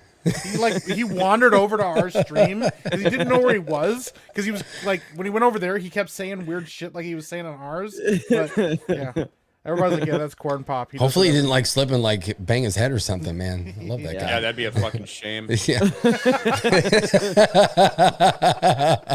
Slag Lust for 5. Hi, Epic Mike. What's your favorite dish soap to wash your chicken with? I don't wash my chicken with dish soap. I don't know what kind of shit that is. I ain't, we ain't going down that deep in the. Is that a Krista thing or? No, that's a whole lot of nothing. You should be doing. It's a big meme. Don't Krista wash marinates chicken with Dawn. That's don't her fucking preferred. wash your chicken in with dish soap. Right? No, that's, Marcus Henry for 2. Rolos are weird. yeah. Indeed. Stacy S trying to start something. Oh, Beardo's gone though. All right. Oh man. Greg, what's your favorite Batman movie? What's Beardo's? Before we say it, That gotta sounds like hear a Craig's. Fortnite exclusive. We gotta hear yours first, and then you'll be Craig. disappointed. No. Just tell me what it is. Tell me what it is. The Batman. The Batman, Robert Pattinson. 2000. That's his favorite, huh? That's what he's saying. Craig left. He's gone. Smart man. He got out while he was ahead. Yeah. Yep. Yes, he's done. He's out. So Just like Batman. He was like, I wish I could have done that when Beardo said that was his favorite because it was that bad. It's that just shut bad. down the whole So, channel. Yeah. yeah, shut down. It's just Tornado says Chris's chicken is meek. The Dasco becomes a channel member. Thank you. Anima Chains becomes a channel member. Thank you. War Machine with 5 gift memberships. Thank you. D Kenyon, member for 3 months. Y'all see that Amazon ad with the chick with a mustache? Lord, send that asteroid to end it all. No. To check that out though. and he's back. All right. You okay there, buddy? Is that why you unfollowed Beardo on Twitter? Exactly what. Oh my god. So what is your favorite? We gotta know. Golly. Okay, so The Dark Knight is the only right answer, by the way. Dark Knight is really good. The '89 Batman is really fun because it kind of brought back superhero movies. Yes. So I would probably go with those two, and Joker if you count it as a Batman movie. Is that Dark Knight? Is that what that is? No. No. Joker's the Joaquin Phoenix one. No. I'm talking about the one with Heath Ledger. Is that? Which one was that? Yeah. That's Dark Knight. That's Dark Knight. Okay. Yep. Mask of the Phantasm is also acceptable. No. What the get him outta fuck here. did I hear about this? The Batman slander, okay?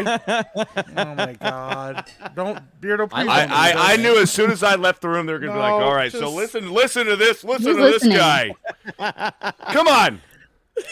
The It Batman was- was fucking good. video. The No, Batman just is go make better your than the fucking Dark video. Knight Rises. Craig, Oh do you think the my Batman is better than Dark Knight Rises? No, it's not. That's the one with, just so you know, Craig, that's the one with Bane.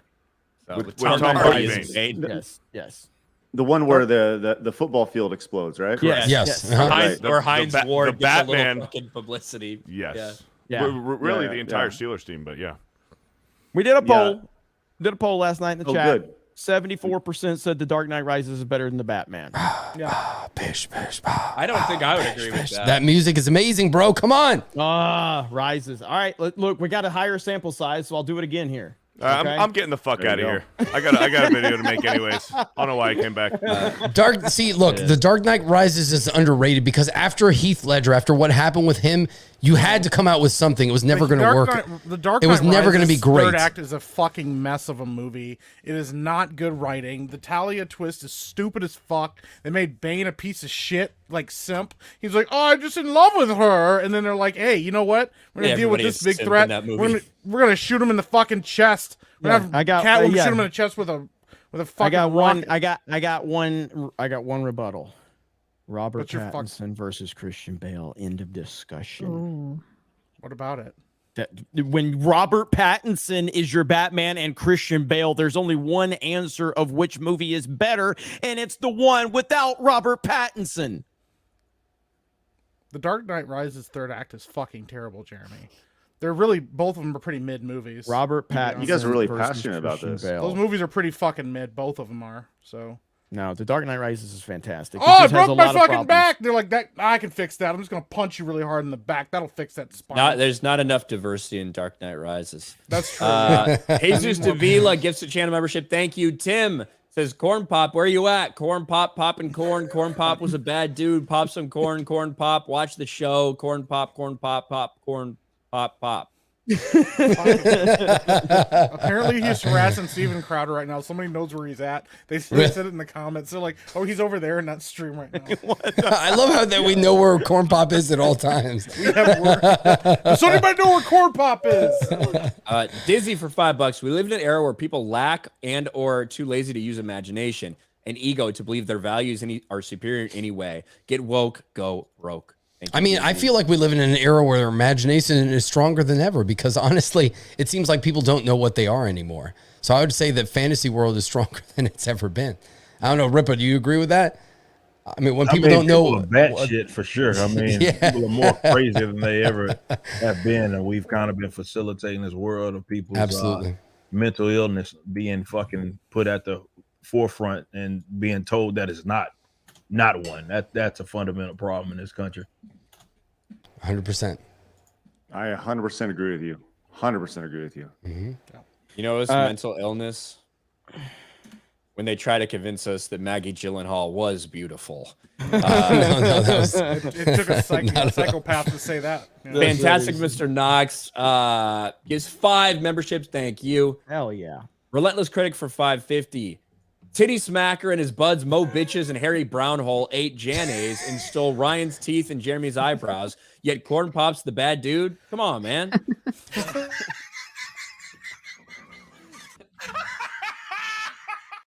We gotta have it. I mean, we gotta have it. You know, I mean, he'll be laughing right now if that super chat came in. So it's true. He had all his favorites in there. He gets this look on his face too, like he can't believe that the super chat is like, I can't believe somebody put the super chat in here, and then he starts dying laughing. It's great. Dark Knight Rises 172 to 27. Like it should have. Krista, check private chat. Hey, if you didn't think that this is a family stream, here you go. Chris Benoit for $2. Did you say family stream or did you say family stream or dead family stream? Yeah, exactly. Thank you, Craig. Yes, that's right. Chris Benoit stops in the stream from time to time when he's not tucking his kids in. Says they hate me because they ain't me. This is not okay. It's just not. I'm not gonna lie, that's really funny. Dean gives a channel membership. Thank you, Dean. Lika Mikesell, welcome to the channel. Grand Name Adam for 2 months into Batman. Bruce is carrying the bat suit around in a duffel bag. Really? Apparently. Monica Horn for 5. The original movie put Disney back on the map. Disney was losing money in the 80s. Yeah, it's great. A lot of people have great memories of that. Mm-hmm. It's Glenn for 5. It's not superhero fatigue when superhero comics have been around for decades. Point. John.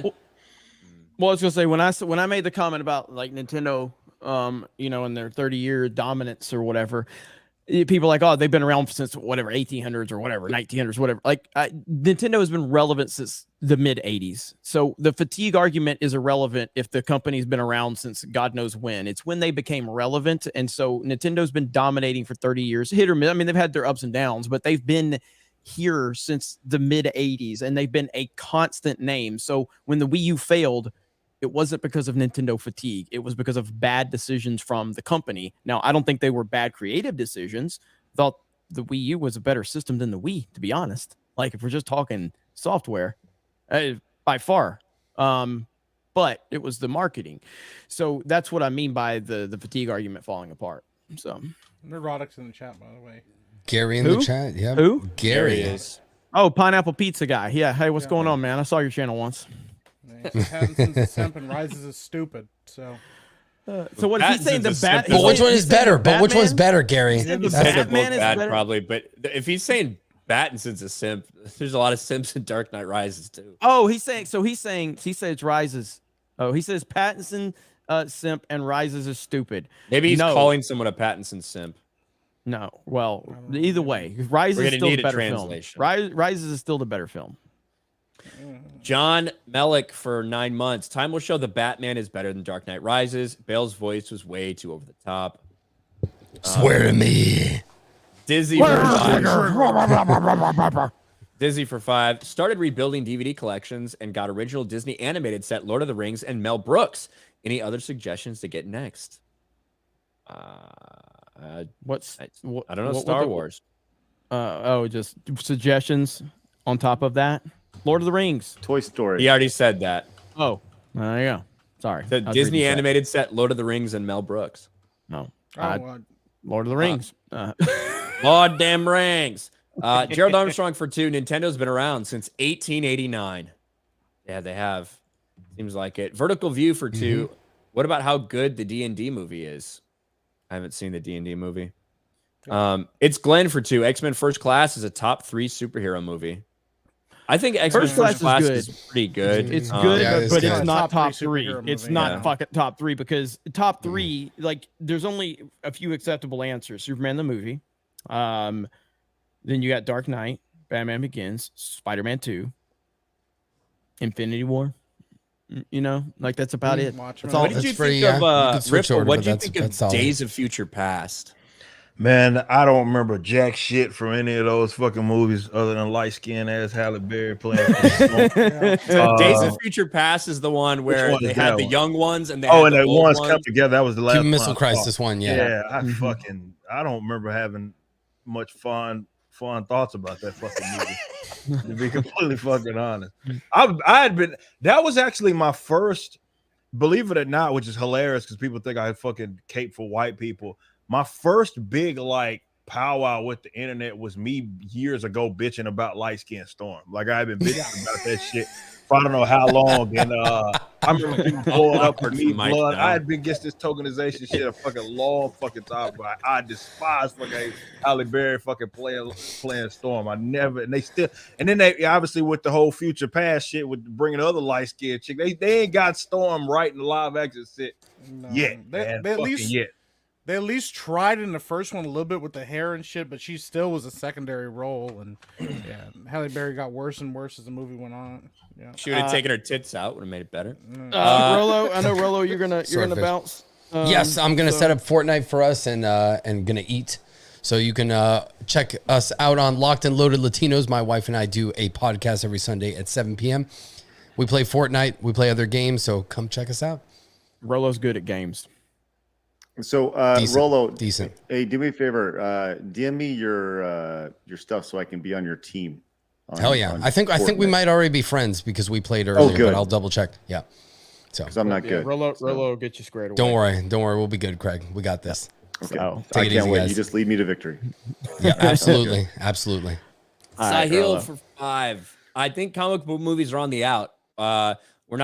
We aren't gonna get another trendsetter like Superman 78 or Spider-Man 2002. No more generational films. We'll see. Chris Arcella for 5. You're wrong, Rolo. Oh shit. The Great Mouse Detective, first to incorporate CG with hand drawn from the clock tower scene, not the Lion King. Yeah, suck it, Rolo. Suck it, Rolo. If he wasn't a coward, he'd come back in here and defend himself. But no, he has no idea. Wormy for 5. Hail all. As much as I love Jeremy and G&G, I am straight simping for Craig. I was a fan since Screw Attack. Oh, thanks, man. Appreciate that. Would love to see you over on the Side Scrollers channel, Monday through Friday, 11 a.m. Central. Jeremy Wormy's good people. Jeremy Wormy's awesome. Mav Dick for 2. Gaston was so base. He was the true protagonist. I agree. Darth Racer for 5. 20,000 Leagues Under the Sea. Disney's best live action movie. I don't know if I've even seen that one. I've seen it. It's not their best, but it's Honey, I Shrunk the Kids. Way better. That was a great one. That one's great. That one's great. Fatty Ludus for 5. Didn't they make a live action in 1984 called Splash?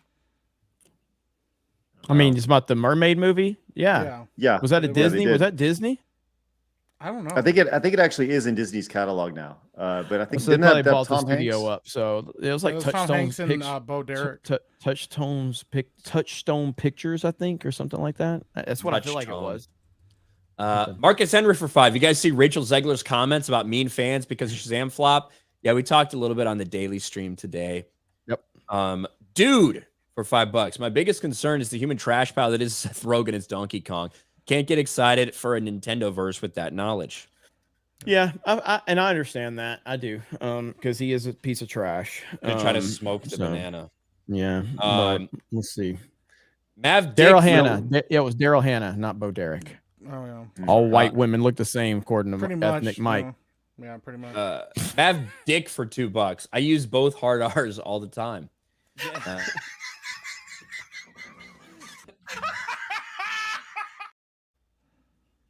That's so much more annoying than actual J. Taters Vivo for 5. Linus, I've dropped 40 hard R's in 30 days.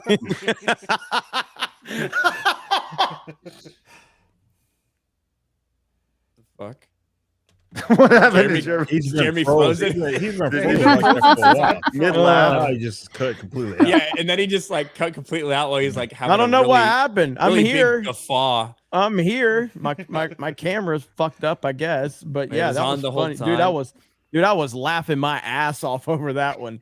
The Linus You laughed comment? so hard you froze. What the fuck is going on, man? It's just terrible right now. That's the best Saudi I've ever seen right What there. the fuck is going on? Dermy Wormy for 2. I'm a proud hard R. There you go. Mike Hill for 5. Since you will be at MegaCon, then you should be able to find out the OG Ariel opinion of the live action Little Mermaid. Is she there? That'd be cool.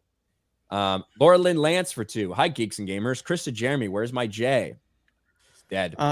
Yes. Hayden for $5. Dipsy stupid autocorrect. Oh, thank you, Hayden. Verdaderio for $5.50. I always wanted a good Superman standalone video game. Why some people said it would never work because he's too powerful. I mean, wasn't there like a Superman PS2 game or something?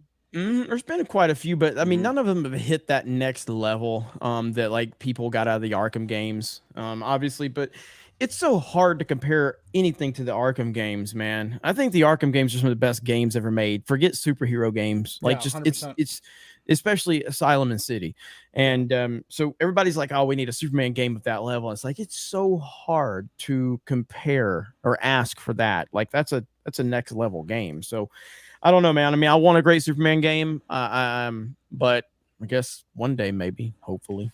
I don't think it's impossible. I just think they have to actually be creative. So Project Egg Roll. Hey, do you know they have an Asian podcast?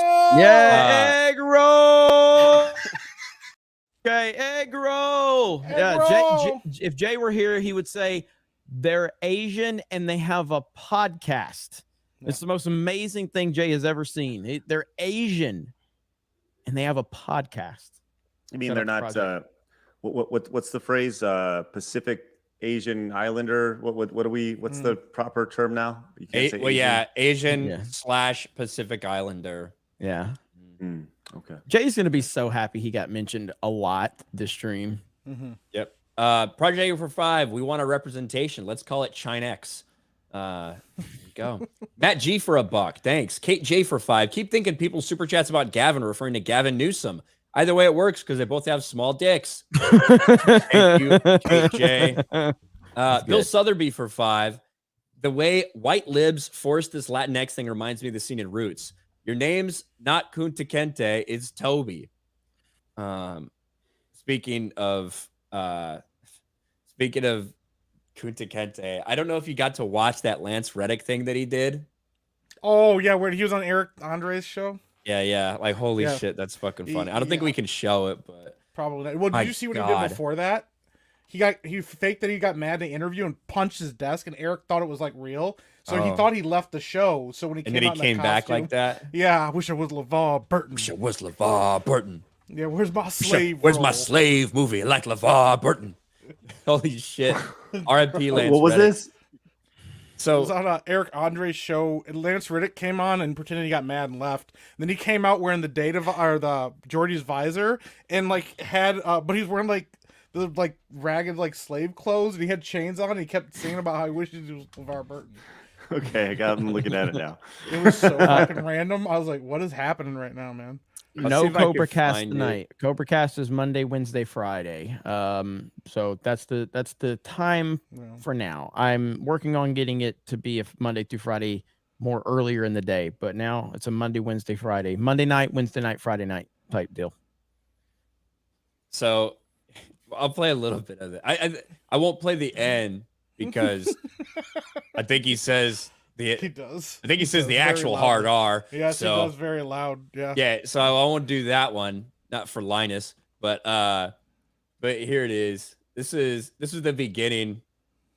Twitter better not do this thing. I fucking hate Twitter. It's so bad. Elon Fix Musk, it, you Elon. fucking piece of dog Elon. shit. You rich fuck. You can't fucking fix your goddamn shit. What the fuck is that? And refresh, it just goes to Google. Holy shit. What? You rich fuck. Oh, maybe I hit home. Maybe I hit home. I don't know. All right. Here we go. So he gets upset. He fucking slams a desk. We can't hear it. It's not playing. Okay. You hear now? Yeah.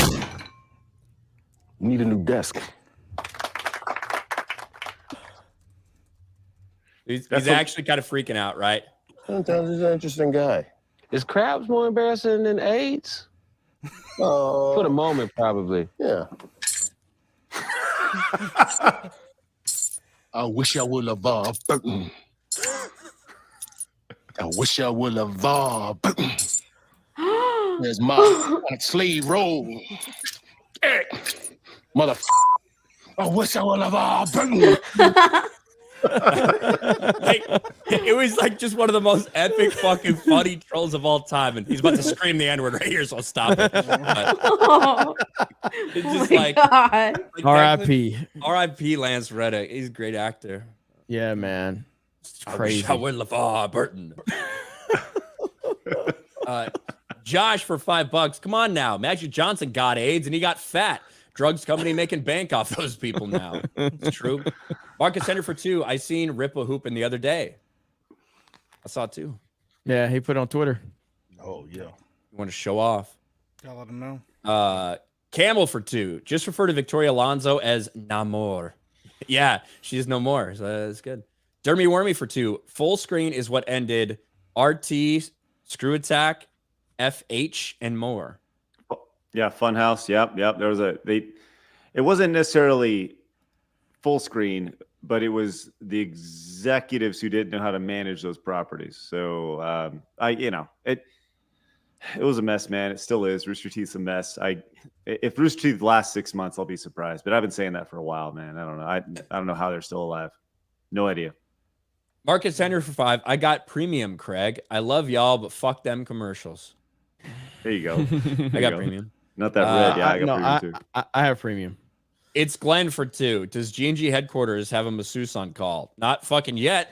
Madrigal for $2. Thank you. Tearing the Black for $5. A Rippa, I bet you was cracking up when I gave old dude a hood interrogation for trying to get $5K from you for charity.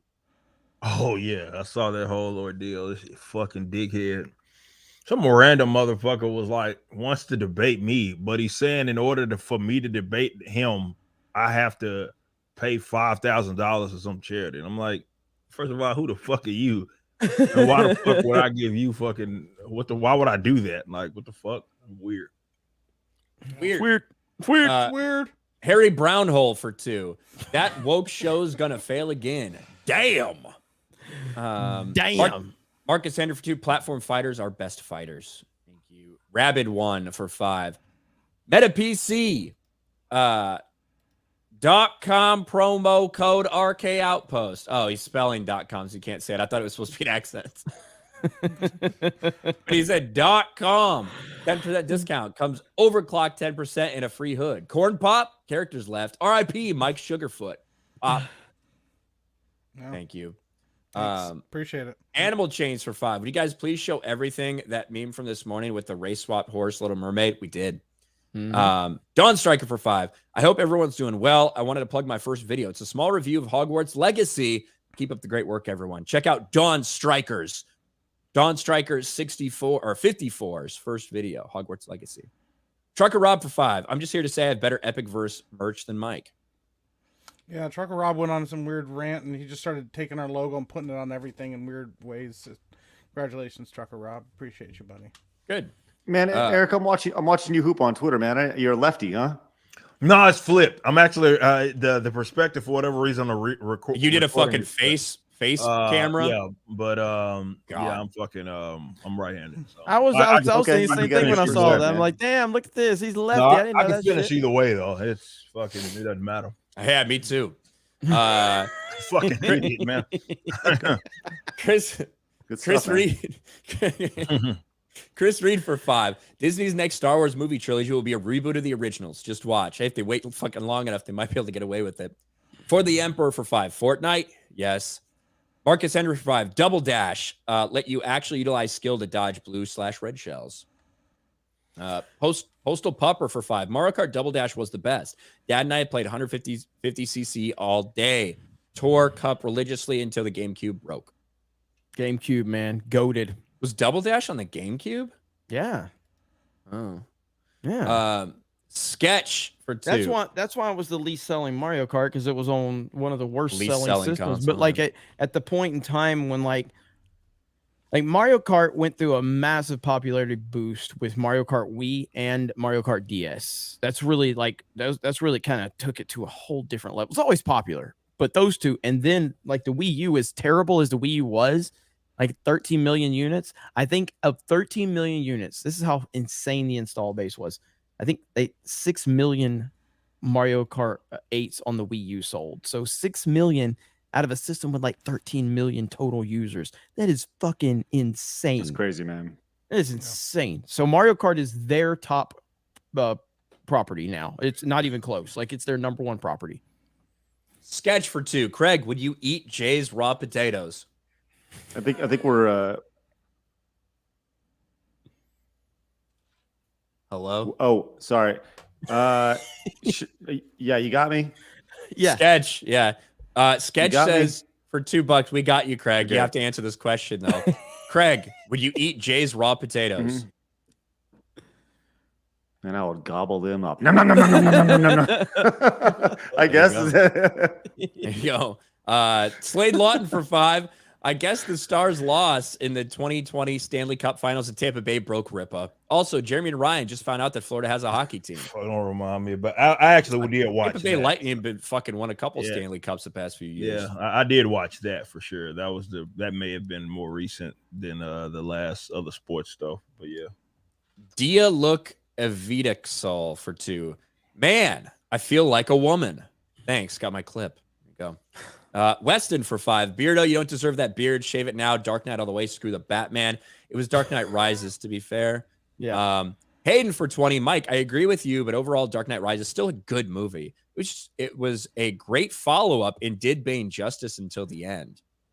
It's mid because the third act sucks and Bane got completely cucked at the end of that movie. So I think the biggest problem with the Dark Knight Rises is the challenge of trying to do something without having to acknowledge Ledger's Joker. And so the 8-year gap was that's what throws the whole movie off. Yes, 100%. And the fucking can't fucking walk. Oh, my knee. Yeah, and then the magic knee brace. The magic knee brace. Magic knee brace where dumb. he kicks the wall down when he puts the fucking brace on. Yeah. Like, there's a lot of problems in The Dark Knight Rises. There's a lot, but I still love it. I love that fucking movie. Hayden for $10. This is almost like just having an AI Jay to fill the awkward laughter hole he left. It's okay. I'm okay with that. So Jay would be okay with it too. DJ Nutsack for 5. Jeremy's bald. Ryan, Beardo's forehead's almost as nice as yours. Epic Meek. Epic Meek. Spider Claw for 5. I don't know about She the tried to do it. She tried to do it. She was muted. Krista? Oh, does it only work if you're meek? There we go. Yeah. Yeah, there it we goes go. through Mike. Spider Claw for 5. I don't know about the Batman. I refuse to watch it, but as a Batman fan, Rises was total garbage. It wasn't Batman. Thank you, Spider Claw. Jared McBride for 5. What do you guys think of Michael Keaton coming back as Batman in the new Flash movie? I get that some people are like, I'm just not super stoked to see it. Guess what? I've seen my old franchise heroes come back to movies. Luke Skywalker, Indiana Jones. All right. Like, don't pretend like it's gonna be different. I don't know. Yeah.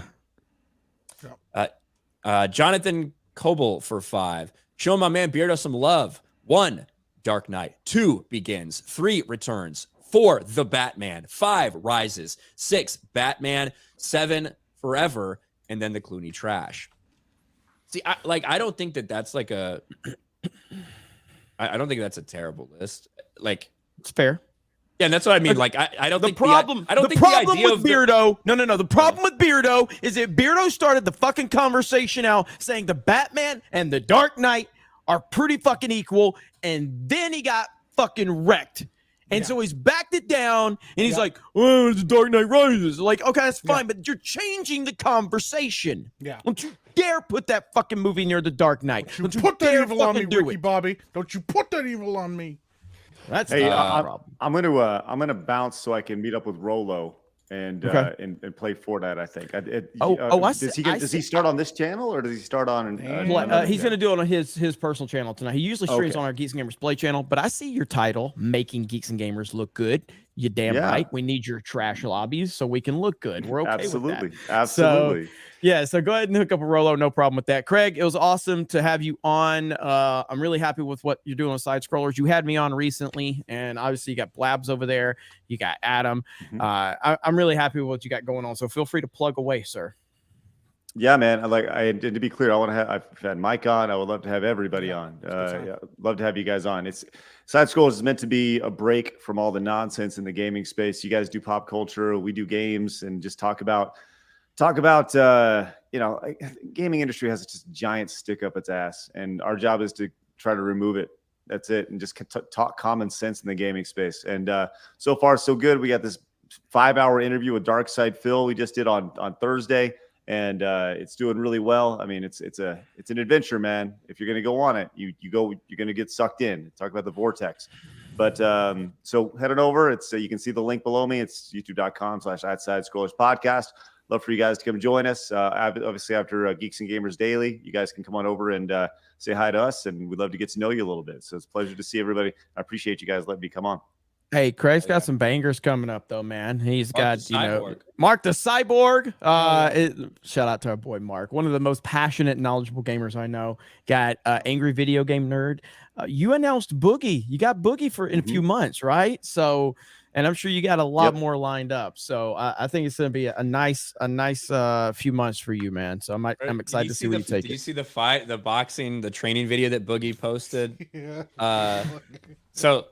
And hey, listen, he's doing his thing. He's fucking fighting it. And the funny thing is, Jordy Wings retweeted that, and he's like, if the fight would have lasted 2 minutes longer, the bag would have won.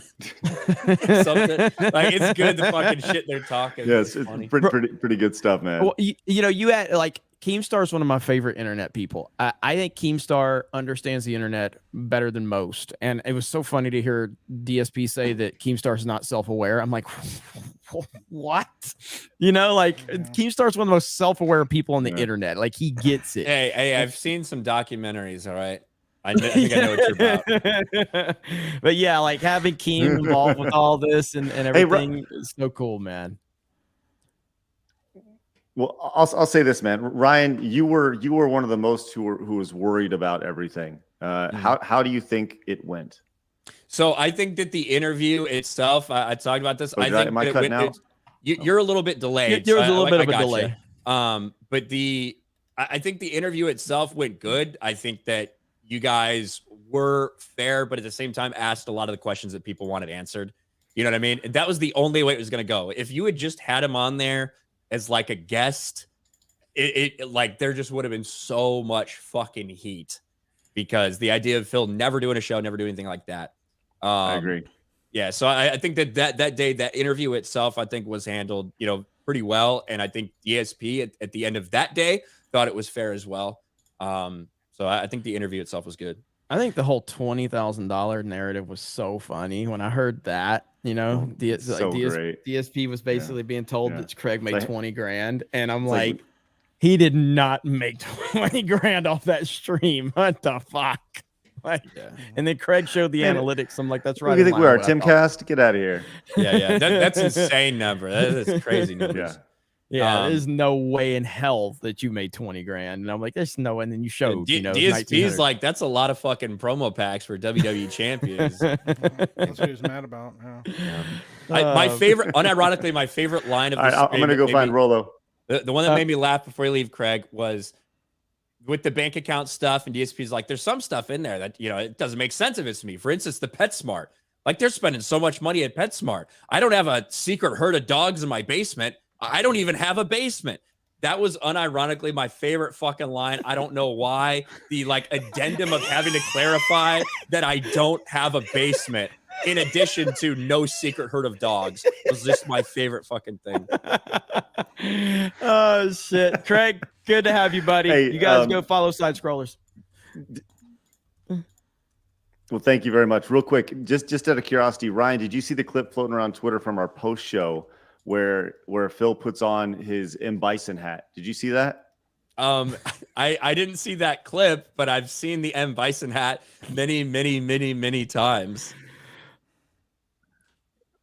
Let me just say this. Go find that clip. And it was on the post show.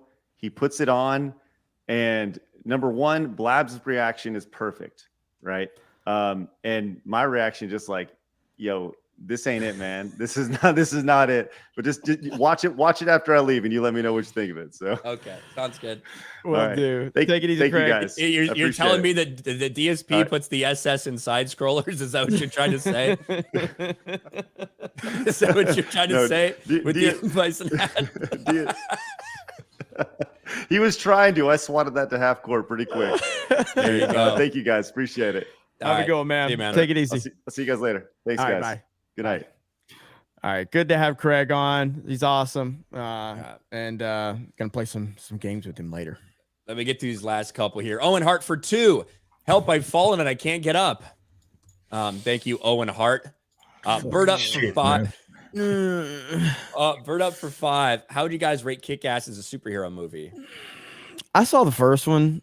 It's fine. I don't think I saw that. Wasn't there 2 or 3 There's of them two. total? Kick-Ass Two. 2. I never saw the second one. So. 2 was the one where Jim Carrey was in it and then was like, I hate that there's so much violence in this movie. Yeah, they're okay. They're mid. Alex Howe for 2. The best Batman movies are the DC animated ones.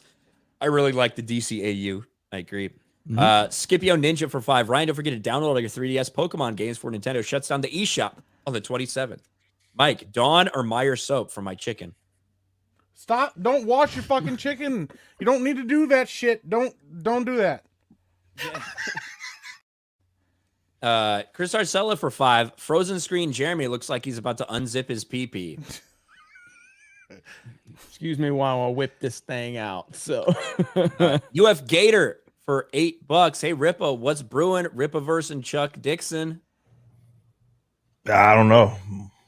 Stay tuned, I guess. Stay tuned. Slag Lust. Hey Craig, ideas for your accountability interviews. Mundane Matt, Ethan Ralph, Renfamous, Coach Red Pill, and Epic Mike.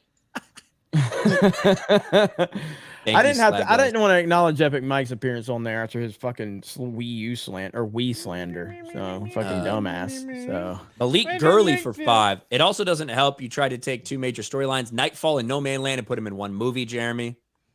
Dark Knight had multiple Batman, stories within, that were intertwined. I mean, that's not. I think the problem is Nightfall is so iconic, and I knew they were going to break his back. I knew that scene was going to happen. I thought it was fine. I was very much invested in the Nightfall storyline as it was unfolding back in the day. So I knew Nolan took a lot of liberties with Batman, and anybody that says different is fucking stupid. They took a ton of liberties. Okay, that's just a fact. So anybody's like, "Oh, it's a perfect adaptation of Batman," they took tons of liberties with Batman, tons of liberties with the stories and everything. So the broken back scene was fine within the context of the movie. It was nothing remotely close to how it went down in the comics. And Bane was not anything remotely close to Bane in the comics, which we kind of knew that. So I thought it was fine. My problem with that movie is the 8-year jump, which I do understand from the Ledger standpoint. The 8-year jump is just not good. It's not good. And it's not good because it's not representative of Bruce Wayne. Bruce Wayne, Batman would just fucking sit around for 8 fucking years. You know what I mean? Or whatever it was. I think it was 8 years. It was 8 years. So. He wouldn't do that. The magic knee brace was beyond stupid. The limp was stupid. I think the limp was meant to be symbolic.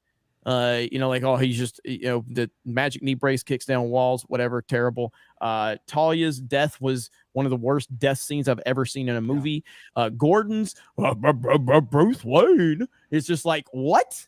Of course you knew he was Bruce Wayne after all this time, Gordon. Like, because Gordon's my favorite character in the whole trilogy. You know, the just little thing. How did Bruce get back to Gotham? I understand he's Batman. I get that, but it needed to be explained. How did Bruce get back to Gotham? You know what I mean? And just casually just walking up. It just was. There's a lot of problems. Two-part movie. So it'd be a two-parter. It's a lot of problems. Josie Pureblood for 5. Hey guys, you check the MegaCon schedule for April 1st. You guys aren't on the schedule for YouTubers. Great stream tonight. Hail Ice, I'm Hail G&G. We talked about that a little earlier, Josie. They're going to keep updating the schedule over the next few days. We'll get on there. Don't worry about it. Yep.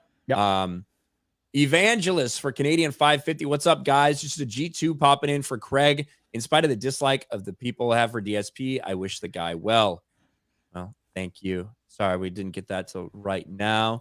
Let me check, I guess, if we got any stream. Oh, Gilkman on locals. What's up, Thomas? First time using locals. Holy cow. Much love to y'all. Thank you for making it safe to be a geek again. Would love to see Robert Meyer Barnett on a Tuesday night's main event. R&B's Make awesome. that happen. Yeah, R&B is awesome. And let me get through these stream labs. Grundy Peebo for 3. Wow, it's Stuttering Craig. So cool to see in the gaming sphere. My first video I watched, he was 3D balls on SNES. And I still love your cameo appearance on the Christmas Carol AVGN episode. Thank you, Grundy Peebo. You'll be seeing more Craig around these parts. Don't worry. Butter Biscuit for 5. Glad I'm not the only one who randomly breaks out the Pokemon theme song. That's right, Butter Biscuit. Chank Uger for 669. Are you pre-reading that one first? Yeah. I think that's from Taters Vivo. I think. I'm only Uger after all.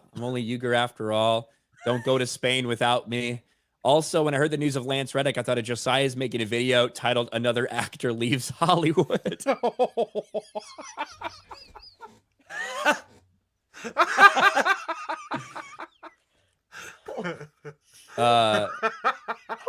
God damn, that's good.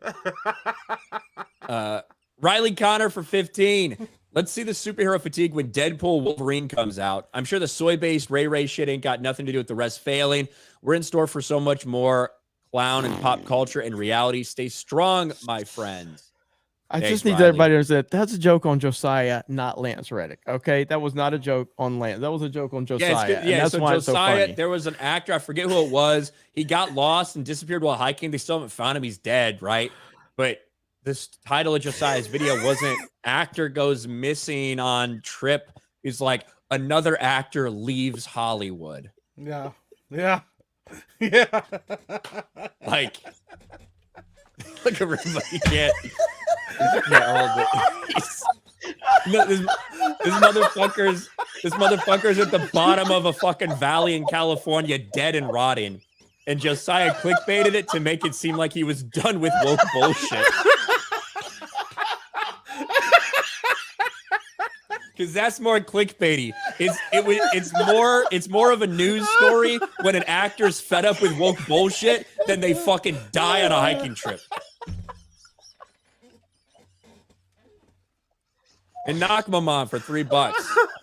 Part 1. I'd like to go on a rant about Victoria Alonso losing her job at Marvel, but it basically be word for word the one I already gave to Lauren Histrich, albeit with more ethnic/homophobic slurs. Since I don't want to repeat myself, I won't. Instead, I'll just bring up the fact that she bragged in front of Glad about grooming kids. You groom kids, you get what you deserve. Normally, even with my darker rants, just sense of humor intended. Not this time. You groom kids, fuck you. Thank you, Knock Maman. Pyro Rampa for 5 says, corn pop. Fucking hell, man. Josiah is a trip. He just doesn't give a fuck. Holy shit. I've tried to title a few of mine that I can't fucking do it, man. Like, I even did it today with I clickbaited my thumbnail over on D-Day Cobra because I got that AI Photoshop of Trump being arrested. You know what I mean? Yeah. And I just used that as my thumbnail. I was gonna do like feds kick Mar-a-Lago door down and drag Trump out or something. I'm like, I can't fucking do it. You know what I mean? Like I holy shit. But yes, I also have a tough time lying. He did leave Hollywood. He did. He just left it the very expedient route. They got another one. That title would work for this one. Sacrifice him to Oh But anyway, thank you guys so much. Let me see. Let's see. Thank you, Jeremy, for making my super chat clear. RIP Lance already. Thank you. Taters Vivo. Appreciate you, man. But yeah, overall, great Tuesday night's main event as always. Really do appreciate all of you guys. Thank you for all the support. Thank you for the gifted memberships as well. So Rolo's gonna be live on his channel. Beardo's gonna be live on his channel. Craig's gonna be live on our Side Scrollers. I am not sure I'm gonna be live because I've got something that I've got to do. So I might, but somebody's gonna be live.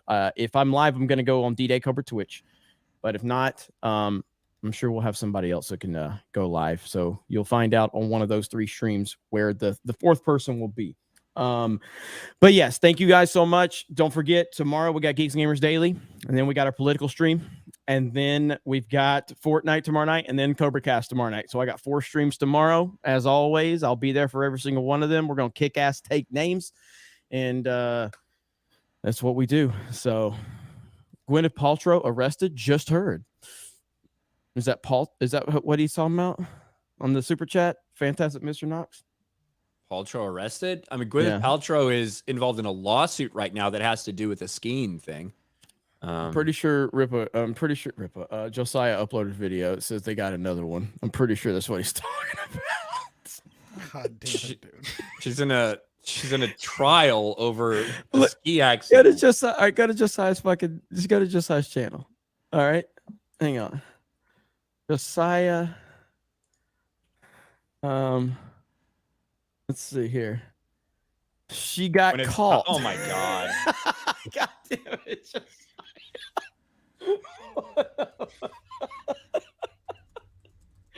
Fucking Josiah, man. Jesus Christ. Jesus Christ, dude. Holy shit. Gwyneth Paltrow is involved in a lawsuit when she got in a ski crash with somebody on a mountain like several years ago. Oh shit. I love Josiah. Anyway, we're gonna call it a night. Thank you guys so very much. Appreciate it. We'll see you tomorrow for all of our streams. Anybody got anything they want to plug really quick? Yeah, on Thursday, go check out Geeks and Gamers Tabletop. 1 p.m. Eastern is the new time for Secrets of the Frost Maiden. Trying to get everybody updated. So yeah, go check that out. We should be good to go. Everybody's all locked in to go this episode, so should be a good one. Go check that out and keep your eyes on Epicverse because yeah, we just got some awesome stuff done this week, and so we'll have more updates really soon for that. Thank you. Yeah, man. Tabletop's great. Go subscribe. Rudolph's trying to push to 10,000 so they can get me on for something. I have no idea what I'm getting into. So who knows? Yeah. Who knows?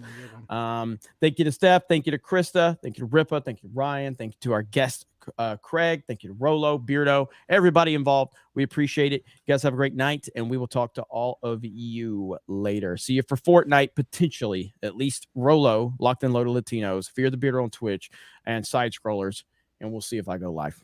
Bye, guys.